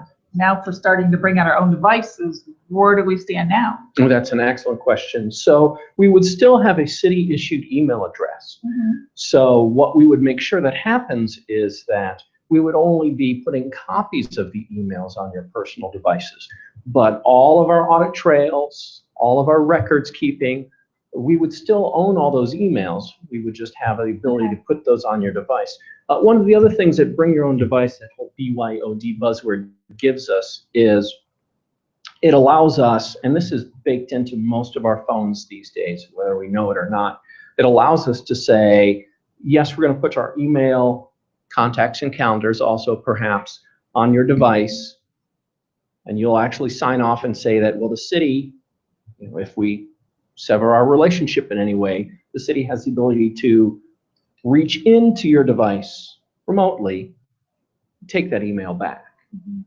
So it can actually clean up after itself. So that's a wonderful question, and yes, I'm happy to see that those sorts of controls and audits are built into the system as we conceive it. I have one question for Dean on police records management system on 17 is $302,000. Can we use impact fees, police impact fees for that? No, it's not really increasing our capacity. Pretty much just replacing and upgrading, or a little bit of perhaps upgrades, or how you define that, of our existing database system there. And even though we're going to upgrade it, it's not considered something new. I don't think it's increasing the capacity. Might be a different way of doing it, but in essence, you're still keeping track of the rest arrest records and whatever else their database all has in it. It's still the same process. It's just you gotta, it's like if we buy a new fire truck to replace the one we had, it's got more bells and whistles than probably the one replaced, but in essence, you still have one fire truck. But it does bring up a good point. When was the last time? I believe 2007. Not this type of a change. This is gonna be more bells and whistles? No, this is our kind of our old system for managing our. We're still operating with the upgrade, well, with the product we bought in 1989, 1990. It's been the same. We're one of, last I heard, we're one of 2 that are still using it in the state. It's the old green screen. It's actually stable. It doesn't go down, allows us to do a lot of data mining, but it's, thank you. It's definitely showing its age, and there's a need to update it. We're right now on an AS400 blade server, which no one really knows how to work, and all the new products are either SQL based or Microsoft server based, which our IT can take care of. We could probably virtualize a little bit instead of buying a hugely expensive server that's going to last a couple of years and then be out of ability to update, which is where we're at. We can't update our server anymore, if I understand that correctly. We can no longer update our server, and we're on about as far along on the operating system as we can get, and they've told us they'll continue to maintain it, but there may come a day where it's just too old for them to invest in anymore. Is it something we have to do in 1 year? Can we expand it out over? Well, that's what we look at in a plan, is making it done such that it's fitting in here, so to speak, compared to, other things around that. The thing, and that I think it came up early when we were talking about IT. I think Scott mentioned that we've got some pretty core systems that are showing their age. Just like what Bruce said. Well, our payroll, our budgetary accounting, our income tax software, our utility billing, we've had for 29, 30 years now. Back then, we had this IBM System 36 that was humongous that it ran on, and things have changed over time. We're no longer using that sort of stuff. But one of the changes that we're at with our software, and I'm sure Bruce is in that same capacity, is they're very stable systems, the one we've had. We've got more than our money's worth. The last time I spent any substantial money on that finance software was probably 15 years ago. They have their updates and their upgrades, but it still functions, and it does what it's intended to do. Now there's a lot more pressure to have more access to this database, like our utility billing. It still cranks out the bills, but people want to know what their readings are. And to open that up and enable people to come in and access the same information that we have, puts it into a different environment. And, so we really need to kind of move towards, over the next several years, that's kind of what we're laying out here, knowing that that's out there, updating these systems and getting to that next level. And inexpensive, but when you look at our technology issues, we've got existing core systems like that we have to maintain. And then there's a lot of other things that are coming at us on an ongoing basis. Tom came back from the conference. He probably had 4 or 5 or 6 different things that he'd love to be able to do. We discussed at a council meeting earlier this year about our time and attendance, our time cards, which, again, we know there's things out there that can do that. We had follow-up discussion at the finance committee meeting, but one of those software packages, the one that's pretty cutting edge, but it's a really, really robust, good system, and it's great for police departments to keep track of a lot of things. The cost of that, and actually it's a local company, it's $47,500 in year 1, and every year after that, it's $25,000. And what Tom talked about with that communication to the citizenry, I think it's an important thing, and we have to be able to do that on a more regular basis. And so you've got maintaining our existing core software systems, and then I think as you add on these things, it's not like you can just go buy something and it happens. There'll be a continued, but that's the environment we're working in nowadays, and people have a higher level of expectation with getting access to information and being able to provide stuff in different formats. And so I think you're going to see over the next 5, 6, 7 years these type of improvements, not just with the new software, but even with getting our existing databases up to a higher level. Mm-hmm. Does this 62,000 under payroll human resources, is that to get rid of the time cards. One of the challenge, that's a component part of it. And one of the things we really got to kick around, I've had a lot of discussion with Scott and some with Tom about whether we go out and we look at bringing in these different databases, because there was another vendor that I looked at that's a little less expensive for that time and attendance. And it's a good tool beyond just getting people to fill out their time card. One of those advantages we were talking about, I was talking about that with budget for next year, is looking at our overtime costs and just like with our budget as a whole, attach it to something. So if the Public Works Department spends $150,000 on overtime for what? They kind of have a general, they can kind of go back and pull together some figures. But, you know, time and attendance is when that overtime's put on the time card, it's coded a certain way, you can track that. Our existing payroll system, you know, has a time card entry. It's pretty laborious and it's not so easy unless you're doing it a lot, but it's not interested in keeping track of the detail of your overtime. It's just there to make sure they're properly paid for overtime. But there's software out there right now that we use the NeoGov out of HR, but that's just they call it onboarding. That's just people that are applying for jobs. We need software after employees become employees, tracking health insurance issues, workers' comp issues, performance evaluations. All that's not being done, and it's not, you don't have a software system to do that. The Affordable Care Act, Jackie's got some numbers out there about even tracking that, the need for that, processing payroll in general, and then a time. So do we have 5 different database softwares, or do we look at, and that's what we're exploring, there are software companies out there like Paycor that we would replace our create a microsystem payroll system, a big payroll thing that processes, you know, our payroll with CMI now, but they also have an HR module. They also have an onboarding. They also have a time and attendance. They also have an ACA compliance module. So we go with a big entity like that, can provide it all, or more often than not, sometimes we may be better off just taking little, but then we got 5 different databases to support. And those are the challenges with where technology is going. As Scott said, you don't buy the software, you basically pay to rent it. And so those are things, and that's what that represents a little bit in 2016, is potentially picking up not just the time and attendance, which we don't have. We don't have an HR database system. We do have an onboarding, NeoGov, and obviously we have a payroll processing, but kind of looking at all of those. Okay. But in terms of the records management, what you mentioned that the county's currently doing and their system and is in terms of not the records. What are they doing? Yeah. They use alerts, public safety. And so we've got to evaluate, it's a big expenditure, and as Bruce indicates, it's a stable system now, but we need to be prudent about looking out into the future and figuring out what makes the most sense.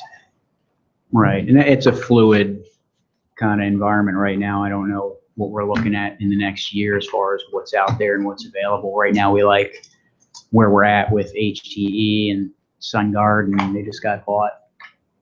I forget who they are now, but yeah, it's their next product up would be a nice transition for us. But we'll have to look at other vendors as well, I would think. Okay.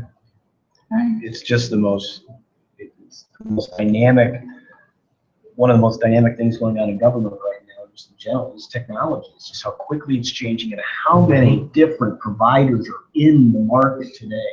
I mean, you know, it's incredible. Each one of them, as I said, has the solution and has the way that will make your life easier. And it's just how to be a smart consumer, an educated consumer is difficult, just because it's definitely a language that's is generally above most people's general understanding of software application. And there's really no perfect system out there, you know, no matter which one you look at, it's a matter of really figuring out what it is you need and what's most cost effective that's giving you what you need. You always gain something and lose something in the process. Yeah. You know, and in most of those systems, as you entertain those and take on those technologies and capabilities, they just don't work when you acquire them. And that's where there's a shift. And it's been occurring for quite some time. We had this discussion a few years ago. By acquiring some of this technology, it enables us to do more. You're not necessarily seeing it, and we're increasing our capacity by adding people. We're adding some technology, but we're clearly increasing our capacity. So you're going to see less new employees to do things as you embrace this technology. You're able to do more with like how you communicate and how you do things. But it is having a push from a staffing standpoint, whether we do it with staff or whether we contract out of this on an IT to support this stuff. I mean, every time you add a new program or this or that, you know, it requires security. It requires all kinds of different things to keep it functioning. And one of the things we're looking at least I'm pushing from a system, we're getting to that point where we need not just to secure our system and keep our hardware working, but software applications people to make sure we're using this technology requiring to the level that really helps, you know, increase those services, because, you know, our employees, you know, they're used to doing certain things and they don't, you know, it just doesn't naturally happen, and you can get some training and all that sort of stuff. That becomes part of that challenge. But really, you're seeing an improvement in our ability to deliver service with this technology, but how it manifests itself in a budget is changing a little bit. Mm-hmm.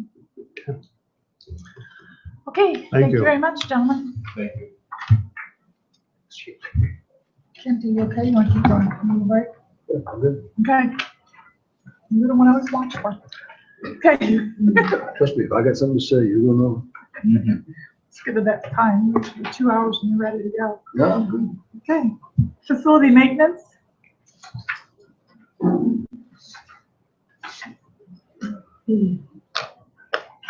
Do they have anything? I didn't have anything. As long as we keep the air conditioning on. As long as the air conditioning's running. I only had one question, and I just didn't see it. On page 24 in the second paragraph at the end, we'll be talking about out there at Public Works, the old Union Tools facility there, demolition or replacement, approximately 9,000 square feet of building space. Where are those costs? I didn't see those costs in the schedule, or at least I couldn't identify what those costs were for that. Well, for the IT. The demolition of The drying kilns and all that, and then the building of that 9,000. it's not in there. This, okay, No, that has to be provided for. okay, all right. Well, when you say has to be provided, I mean, we don't, it's not in the foreseeable 5-year plan, at least from a funding standpoint. It ultimately may be, but it's like a lot of things that are, you can only do so much. Yeah, I got you. Okay, I read through that, and it's like, well, I didn't see it there, so I assumed it wasn't there, but I didn't know if it was somewhere hidden. Okay, it would have to be appropriated in the future. okay, Drop, put it in the plan. good deal. Chris, you got on building maintenance also? Facility? Okay. I do have another question on page 24. Okay. And this doesn't need to be answered tonight, but maybe with everything else that we're gonna get in December, we mentioned parking lot, public parking lot resurfacing in here. It might be good to know, like, what we would really need to bring our public parking lots up to the standard that they should be. Yeah, what we show in here is an annual amount that we account for, you know, just resurfacing, like the Right, City just Hall the parking lot, East William Street, which you wanted was just kind of the current condition of the other lots that haven't been resurfaced recently. Right, and what it would take to really bring all those Yeah. lots up where we would like them to be in terms Okay. of the quality. Okay. It's all part of, to me, the big picture of Yeah. parking. Oh, and then just one follow, back to that demolition of the wood kilns. How does that play into the roof replacement that we do have monies for? We're not going to re-roof those kilns and then tear them out in 5 years? Or The where area. are we? The area. What's the plan? Maybe. There's, well, one of the first kiln, the larger kiln, that's the one we use right now in our traffic area. It has all of our traffic equipment, testing equipment, our sign manufacturing shop underneath. So we do need to secure that area. The north kiln, it leaks a bunch, and we're looking at what use we can still use the square footage for. That it doesn't matter so much if it gets wet, maybe it's tire storage or something like that. We're kind of limited. We have the space, but we're limited what we can do with it. We're looking at what type of repairs we could make versus, our intention isn't to go put a new standing steel roof on an old kiln. That's for sure. We're dealing with a consultant right now to look at what what minimum we can do to prevent the leaks without having to invest a lot of capital money that could get taken out. But the way, like Dean mentioned, there's just a limited amount of funding available, and we've spent a significant amount of money to date to get the public works facility up to its current reorganization, what we need. And that's been very positive. There's always more projects, and the demolition and reconstruction of another 8,100 square foot or 9,000 square foot is the big, it's another $500,000 ticket item. So it's not in there right now. So we're back to taking care of what we have. So we're looking at what's the minimum amount we can do to be able to utilize the space without having to, replace it at this point. Okay. Very good. Thank you, sir. Yes. So you want to talk any more about sidewalk improvements? We killed that one. No, covered it. You covered it. She said you killed it. Okay, fire and EMS, you're good.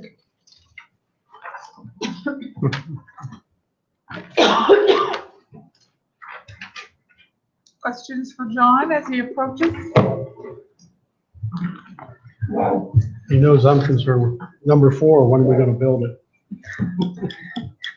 As a city manager, finance director, I will tell you, we're all anxious to get down there. I think the key is getting our cards and everything in order, including our manpower, to be able to move forward. I'd like to try to do that as soon as possible. I know the constituents down there are very eager to have a station. I think every time that we go down that area, we see how much it's growing and that need.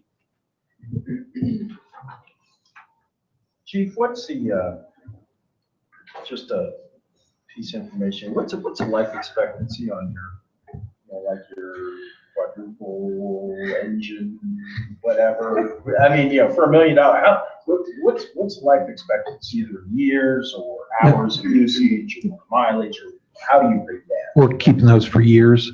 20 years is our expectancy for that. I think the last ladder truck we had for 30 years. 32 years, yes. And actually, we still have one of our reserve engines that was purchased in 1989. And that's strictly a used one, or reserve one, I should say.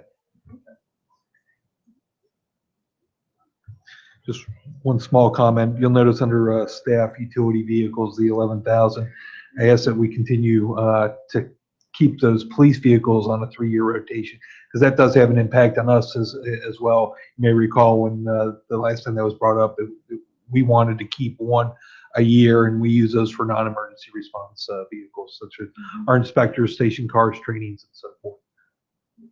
Have we received all 3 of those EMS squads that we were supposed to get 3 of them this year? That is correct. No, we have not yet.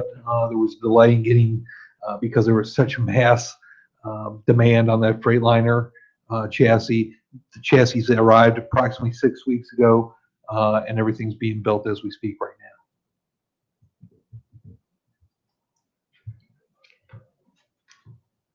now. Any questions? Chief, there was talk at one time, system of stoplights. I see that's not in there. That's off of your wish list. No, it's still very much part of my wish list. I think the key to this is we're continuing to grow the fire department, and as such, before we take that step into that realm, I want to make sure that we got the personnel as well as our stations built.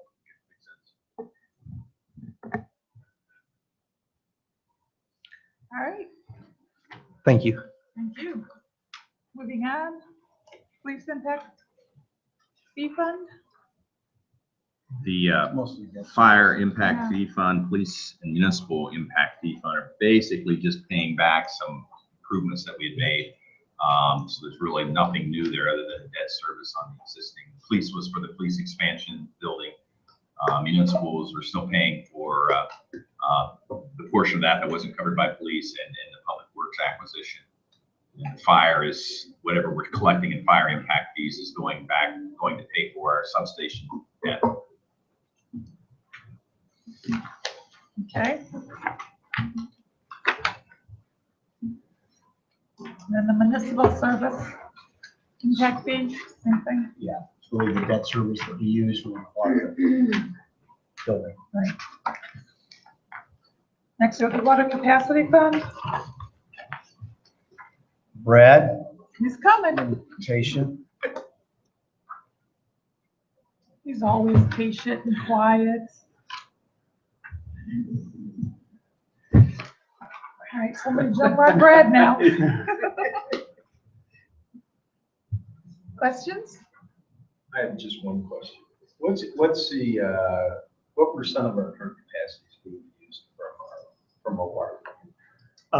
Approximately 55%. We're at about, our rated capacity is 7.2, and we average about 4 million gallons a day. And as a reference to that, what was it 20 years ago? About 4 million gallons a day. So you kind of put it in a little more perspective. About the same. We haven't really, I mean, it probably was a little bit less, but we haven't really gone up as our population has in the same increments. Better devices, conservation. Rainy summers like we've had this year, nobody's washing the car. And then also the cost of our water is going up, so people aren't using it. So with your estimation, what would our population have to be at capacity? Now, that all depends on if we have a large industrial user. I mean, if we, residential, you know, it's probably, you're looking around 60,000 people, but if we get a large water user in, then that's going to take away a lot of capacity that we would have set aside for residential use. Brew dog. Yeah. And then based on our recently completed addition, roughly, I know they always talk in terms of for each million gallons of capacity, what roughly in today's capital dollars is that? Probably another $10 million. 10 million. So if you look at that, we've had some large user businesses, like Sui and whatever, need 1 million gallons a day. That's where you get into that problem from that, they're not interested in paying $10 million to come here. And so the odds of us really attracting high-end, they need to go to a place like Mansfield that's got, 30 million gallons capacity, is only using 10. But, here it's a challenge, although we might have a little bit. The thing is to project out, if we projected out our residential demand, said we grew to 60,000 in the next 15, 20 years or so, what might that take up?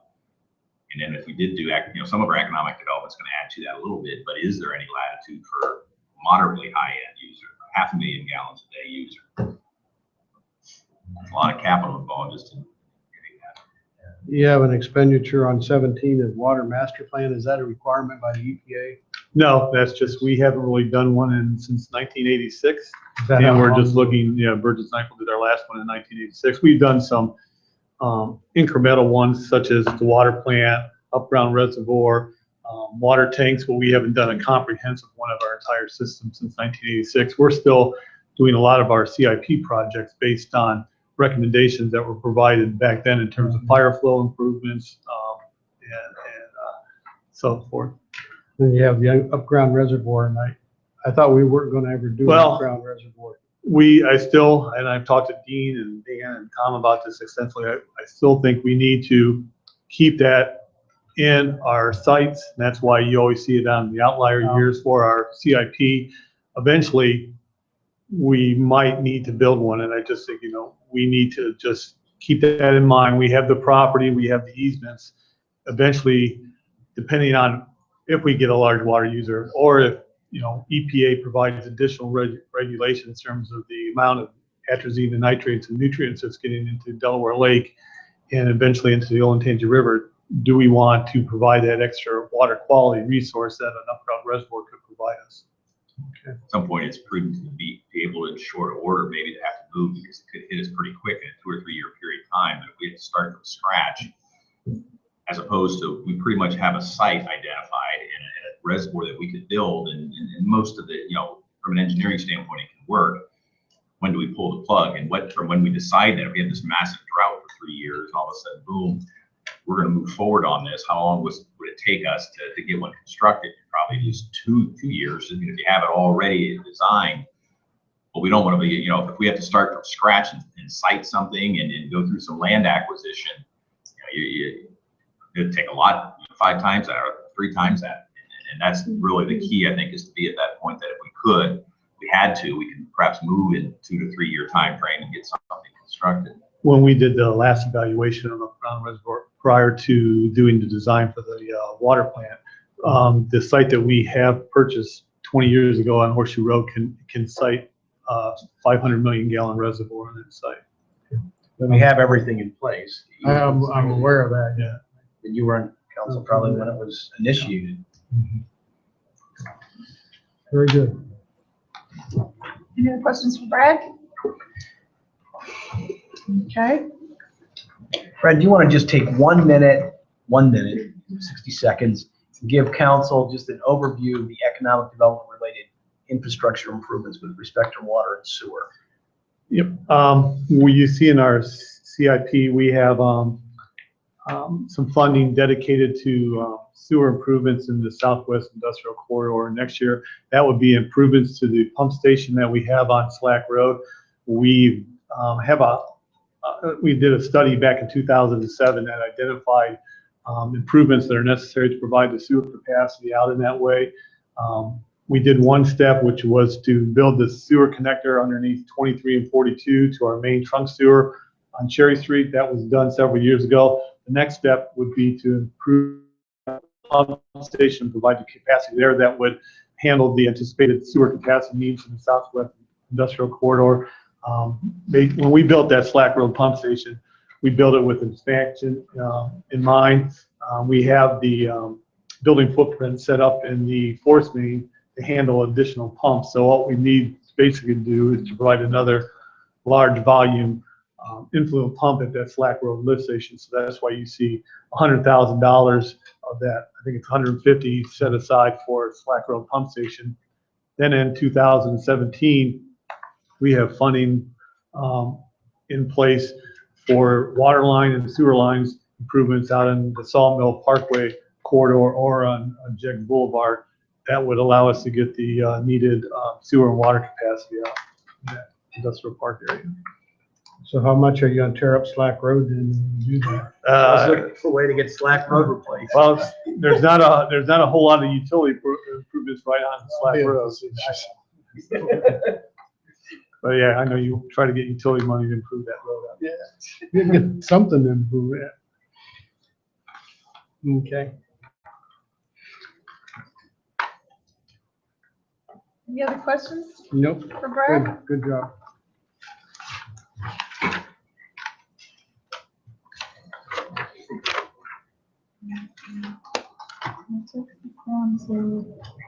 Equipment replacement fund. Right. Because we've already done the storm sewer. Anything on equipment replacement fund? Page 45.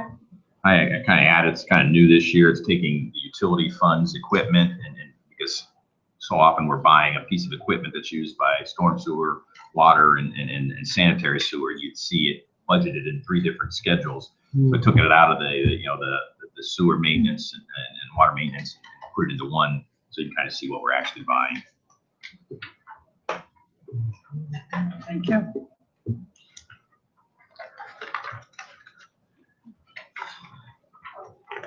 And then the refuge fund, any questions on any of that? Last thing I have. Bill pops up.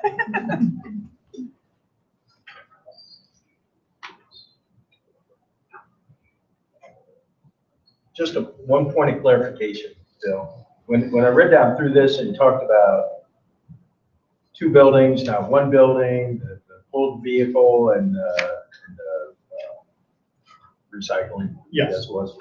So I was just kind of confused. Just real quick clarification on that. Are you now saying that it will be one building, or are you now saying it's going to be 2 buildings? In the budget, its budget is 2 buildings. We're carrying the larger building still in this year's budget, pushed the recycling into 2016. That being said, we've combined 2 buildings into 1 building because the north part of the property on the east side is the appropriate location for it. The very south end is close to the ravine. There's fill we found there. That wouldn't be appropriate to build a building on it. So there's a single building we'll be building. We've combined them both, but the funding is actually shown over 2 different years. Does that in any way impact the re-siding of that building? Does that in any way influence maybe our the city's desire to get that additional 3 acres to the north of, between us and, Yes. isn't there still that 3 Yeah. acres between us and the Storm Locket that's going in or whatever? Yes, there is. And we have talked to the owners about an option provided to the city. We have first right of refusal, don't we? Yeah, first right. We have that for a period of time, and then extending that out. It's just a question of value of that property. I think they're. We paid for an appraisal of the property. Our appraisals come back. Darren is in process of submitting an offer for the same amount of funding we have in there for that property. They've, the price that the current owner has paid for the property is significantly higher than what the appraised value of the property is. So, but we will do our due diligence and send out an offer, based on our appraisal of the property to see what the response is. And they're aware that we're interested in property still. And we'll see what happens from that point forward.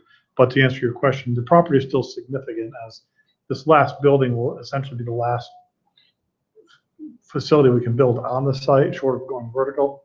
So we're maxing the site out. So again, good purchase, good property, able to get a lot on the property, and still be able to move around. But the only way to expand horizontally would be if we would acquire that property to the north at some point. So then the site where that building was going to be now found is filled. What is the reuse of that? We've already regraded and reutilized, resituated our storage area, our outside storage area for materials and guardrail and pipe and things like that. Chance, just. Yep. Yeah. Yeah. The progress they're making is pretty impressive. The other option, and we've talked informally about this, is ODOT. ODOT has a huge property. Obviously, they have a lot of the same needs that we have, so there might be some options in that regard as well as from a storage, not so much. We did meet with them regarding trying to utilize their constructed storage space, and they want a state established significant cost per square foot to utilize their existing buildings. But we're actually wondering if there's a possibility of actually acquiring parts of their property maybe in the future. But for now, again, I think what we've done is appropriate. We have adequate space even to get the refuse building constructed. And the purchase to the north was really to secure the ability for future expansion. Okay. So then with how much longer is that ugly Delaware recycling building going to be there on Cherry Street? That's a good question. We just received it all clear on the asbestos appraisal. We're finishing up the final demo, getting the demolition permit approved through the state, and we've got the electric cleared and moved. So it's what we call now a rainy day project. And as soon as we get the final demo permit in hand, which should be within the next several days, the first day we can't do outside activities, we'll send crews down and start demoing the building out. You're gonna do it in-house? Yep. And any idea what to do with that piece of land there, or just? Well, that's directly north of the canoe launch point. Right. So I think one of the things we floated out there was, can we utilize that somehow for additional space and parking for access to the river? And we gotta be careful. What we can't do is dig down into the soil, because from that point forward, we are on partial cap. But we can certainly utilize it for additional surface restoration, green space, parking, river access. So I think you have the opportunity of developing more of a park there that's themed around the river. And keep in mind, once the new refuse building is built, both buildings will be demoed out. So you really have a kind of a clean palette to Just really as long as it's turn not something dog apart. park too. Right. On what? Dog park too. And if you haven't been out to the dog park, I encourage you to go out there, look at Yeah. the concrete work, finished by Parks and Amazing. Public Take a Works. look at the work Yep. that the staff That's just did. another, for in-house work. I mean, you guys work really hard, both in Parks and Public Works, to do some pretty amazing things. Okay. One thing, Carolyn, just to mention quickly, the Finance Committee at their last meeting talked about the amount of money that we put into the CIP. Right now, we put in $1.7 million a year, which represents about 12% of our general fund collections. They talked about At one point, we were up at 20, we wanted a target at 25%. We talked about what would it be if it was 15%. We were to bump it up to 15%, that 1.7 would go to $1,185,000. So it'd be another $185,000. It doesn't sound like a lot, but that's $185,000 coming from the general fund. So that's the challenge. I mean, it'd be great if we can set that target, but setting that target means that it's coming from, From the left hand to the right. Right, so Yeah. that's just, that will be discussed in a finance committee, discussed it briefly, and so no action. at We'll this probably point. have a recommendation. Yeah.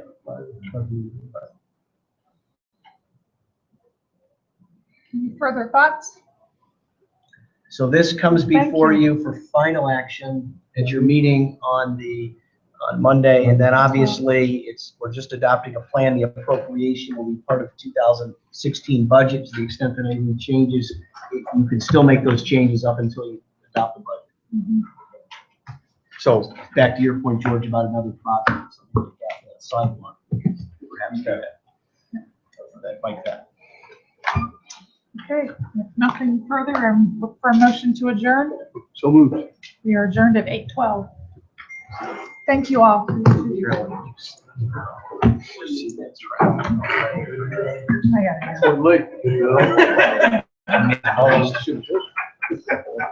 It's all relative. The air conditioner works. That's right. Yeah. Did you mention about the heater not working? Yeah, we can. Nice quote. Thanks, Very Lee. nice quote.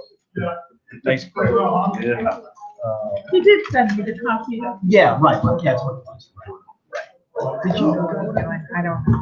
These girls. I didn't make it. No. You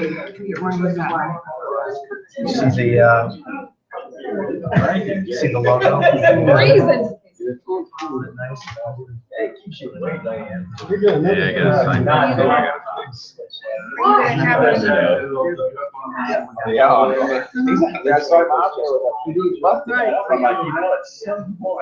There's a lot of chatter already. $50 or whatever. See you, Joe.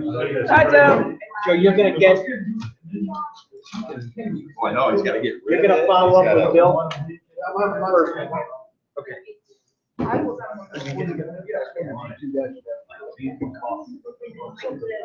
Yeah.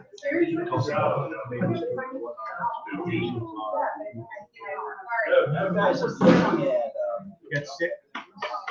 You guys are looking at Totally gonna, integrating. yeah, I'll be there because Lisa Marie's gonna be there.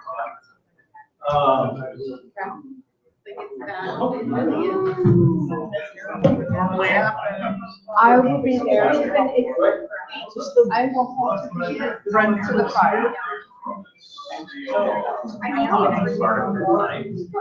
Yeah. We all have our photos. Thing is, you got those that have done that, and then